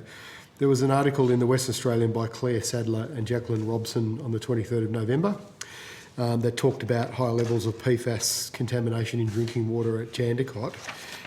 Can Air Services confirm that Jandakot Airport is the source of that PFAS contamination? And if not, is there any work going on in regards to that? Senator, I need to refer that probably to the Department of Infrastructure, as that we have not operated at Jandakot with the PFAS, so I'm unaware of Jandakot's particular issues. You're not responsible for PFAS. We have not provided an aviation rescue and firefighting service at So has the department consulted with you at all about Jandakot Airport? Not to my knowledge. They haven't raised it with you? No, they have not. Would that be unusual, given your experience and ongoing issues at other airports? So we have consultation with and work very closely with the department on what I call the detailed site investigations that we're doing at airports that we're involved in, and other federally released. But we don't and so we're sharing information and our experiences. Okay. But in regards to Jandakot, we have not had. So they haven't consulted with you as to their own assessment to investigate the source? They haven't asked for your expertise at all? Okay, no worries. Avalon Airport, there's obviously been a number of articles you're probably familiar with. We had one recently in ABC News and another one for the Geelong Times. Could you give us an update on what's the source of contamination of PFAS at Avalon? Thank you, Senator. Just sort of slight background is that we identified in the mains drinking water at our fire station at Avalon Airport that it was above the drinking water threshold. We then went and tested our air traffic control tower that we have there and found the elevated levels of PFAS. Okay. So we are downstream and it was in the mains. We understand that from Barwon Water is that the water coming on is PFAS free, so it is somewhere on the airport, and I'm not sure of the direct site. However, in conjunction with Avalon Airport, is that they have started to replace all of those particular pipes, and with our facilities, we did a deep clean and worked through to get it into an appropriate piece. Okay. In the Geelong Advertiser, in the article by Jacob Grahams, and that was November the 1st, it said that it mentioned Air Services produced reports for 15 of 20 airports where the organisation provides aviation rescue firefighting services. But the report from the Avalon Airport is one of those yet to be published. Is that still the case? Is that? Yeah, so we're working around the broader aspects of things, but whatever, sorry, I'll take a step back. We have, since Air Services has operated at Avalon Airport, we have never used foam or PFAS related, and so you inherited this. So we will take responsibility for our lease site to make sure that we're not contaminating. And one of the reasons we picked up the heightened threshold with the drinking water at our fire station was the fact that we were doing testing for trade waste and assuring. That broader aspect of the testing at Avalon Airport needs to be referred to the department or the Department of Defence, because it's actually a defence site. Okay, so the status of the investigation at Avalon Airport, we would go to the Department of Defence to get an update on that. Would that also apply to, I mean, in the ABC article of 31st of October, they said the firefighting union was unaware how long PFAS had been in the water. Have you got an idea of how long it had been in drinking water for? We've got an indication, right. And one of the things that we have done since the issue with PFAS is we've been doing a longitudinal health study of our firefighters that I think started around about the 2007-8 mark and recently. So we have the data of blood samples from our firefighters, and then we went back and had a look to see whether there was a spike at Avalon or where it happened, and it looks like that there was elevated piece in around the 2020 mark. So it's a recent thing. It hasn't been long-standing. Envisage many more questions? Just maybe- Because I know Senator Mackenzie said she had some. Just a couple more, Chair. I'm going to let AFMA go if we're not going to get to it. It's bad enough. Can someone just indicate to me, please, if we can get to AFMA? AMSA. I'm sorry, AMSA. I did have questions for them, but I think given Others, I'll put them on notice. I'll seek guidance from the committee. If you want to take the next 10 minutes with air services, we'll allow AMSA to depart the building. Unless we want to go over 1 o'clock, Chair. No, we're not going over 1 o'clock because I'm going to be in the chamber. Worth trying. Yeah, well, that ain't going to happen. So fair enough. thank you anyway. So I don't know if Mr. Betts is still behind, but I'm going to raise this question. He's gone. I'll write to Mr. Betts. Yeah, the department's gone. Okay, thank you. Right. Senator Wish-Wilson, and I'll come back to just Senator Mackenzie, then Senator Alden-Payne. Yep, just a couple of other questions then. Could you tell us a bit more about there's also, I've also got an article here about Perth Airport.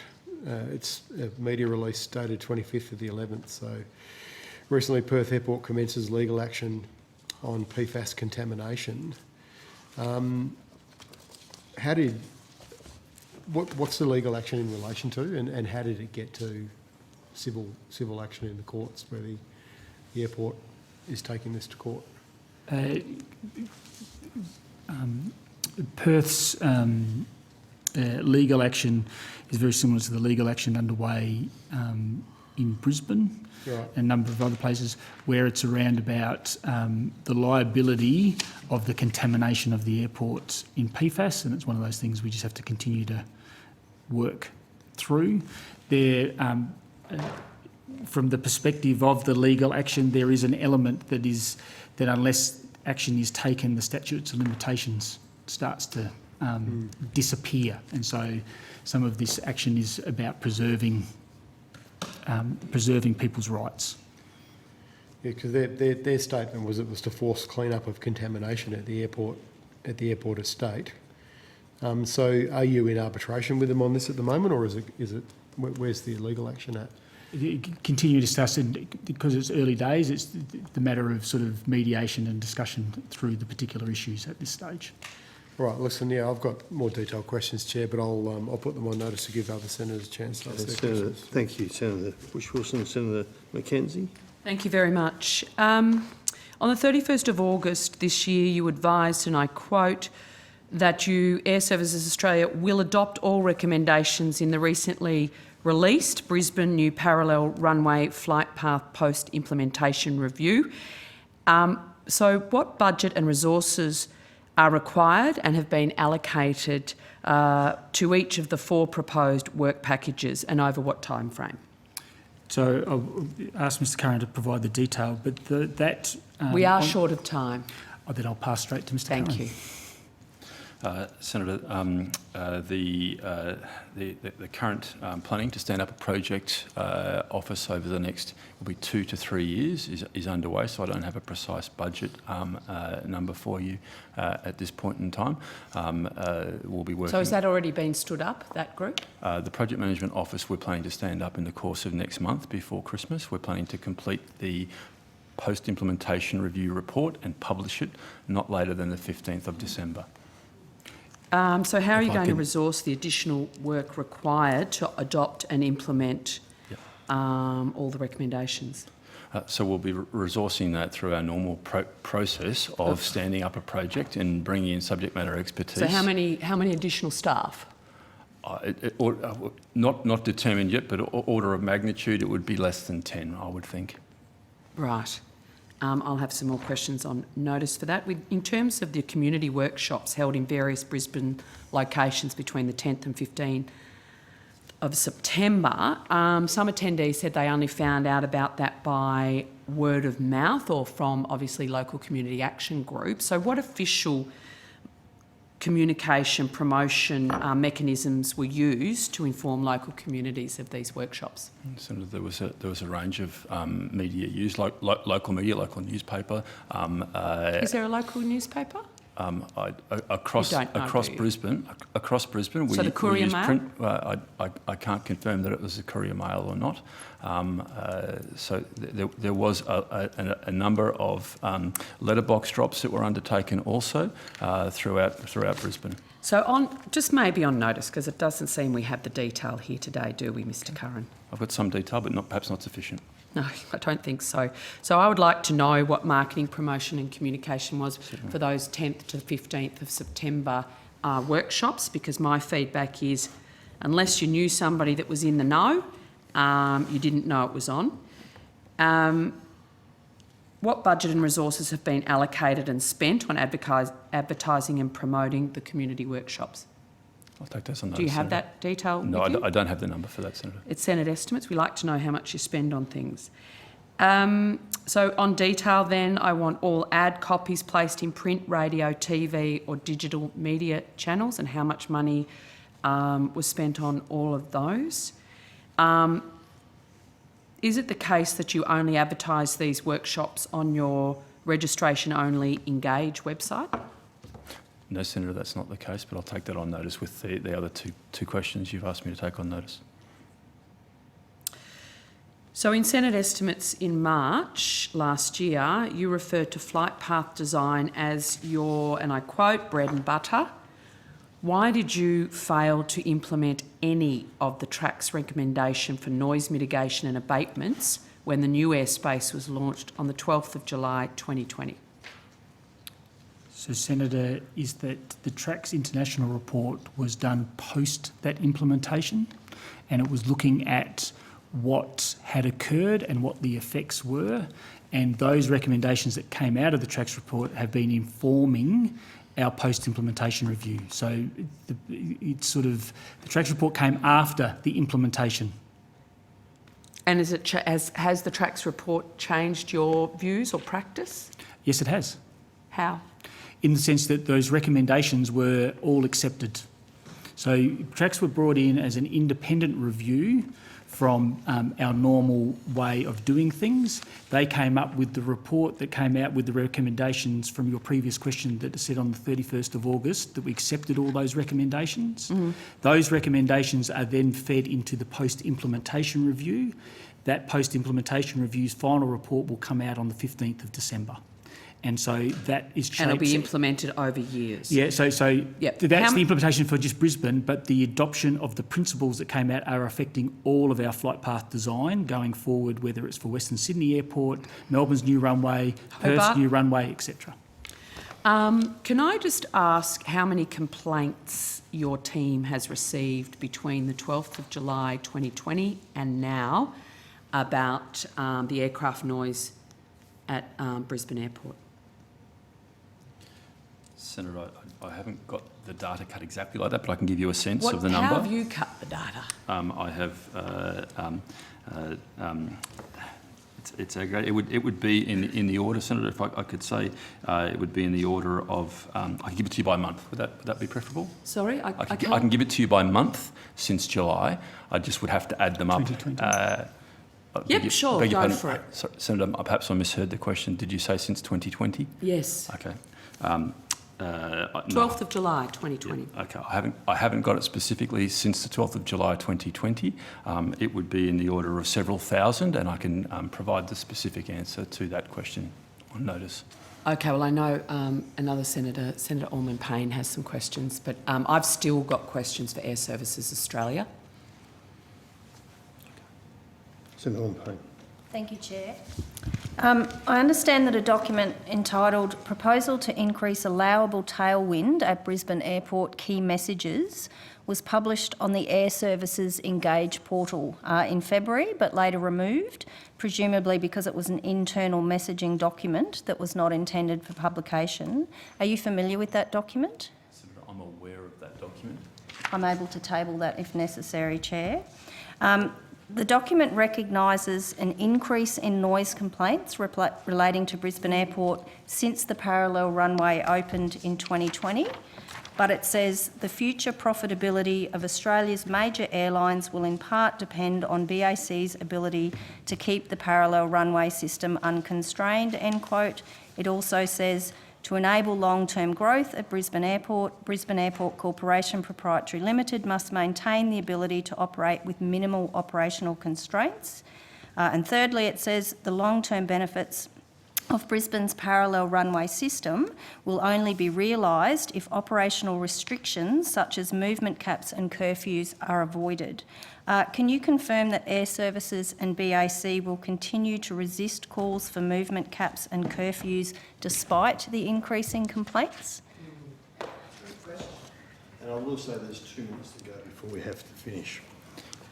Senator, Air Services will not be resisting the decision of a cap or a curfew as a matter of government policy, and we will implement government policy. Has Air Services Australia met with the relevant minister to discuss noise issues at Brisbane Airport? Senator, in my discussions with the Minister, the noise issues have been raised and discussed. Did Air Services Australia express its opposition to caps and curfews at that meeting? Senator, that issue did not get raised. The key messages document says BAC will, quote, manage community and political responses to increased aircraft noise complaints. What form will that management take if not movement caps, flight path changes and curfews? Senator, could you say the question again? I'm sorry. The key messages document says BAC will manage community and political responses to increased aircraft noise complaints. My question is, what form will that management take if it doesn't include movement caps, flight path changes and curfews? Senator, I can't comment on what BAC may or may not do with regard to how they think they might manage those issues. Sorry, we've got about 20 seconds to go. I will ask that you could put those on notice, please. We have a commitment in the chamber. Thank you very much.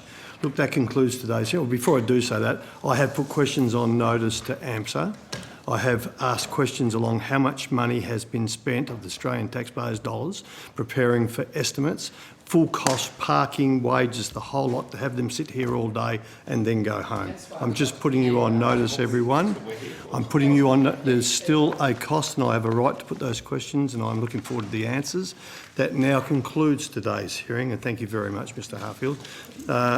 Assistant Minister Chisholm, thank you so much, and to the department officials today, to my colleagues on the committee, to Hansard Broadcasting and to Jerry and his team at Secretariat. Thank you very much. No problem. Okay, sorry about that.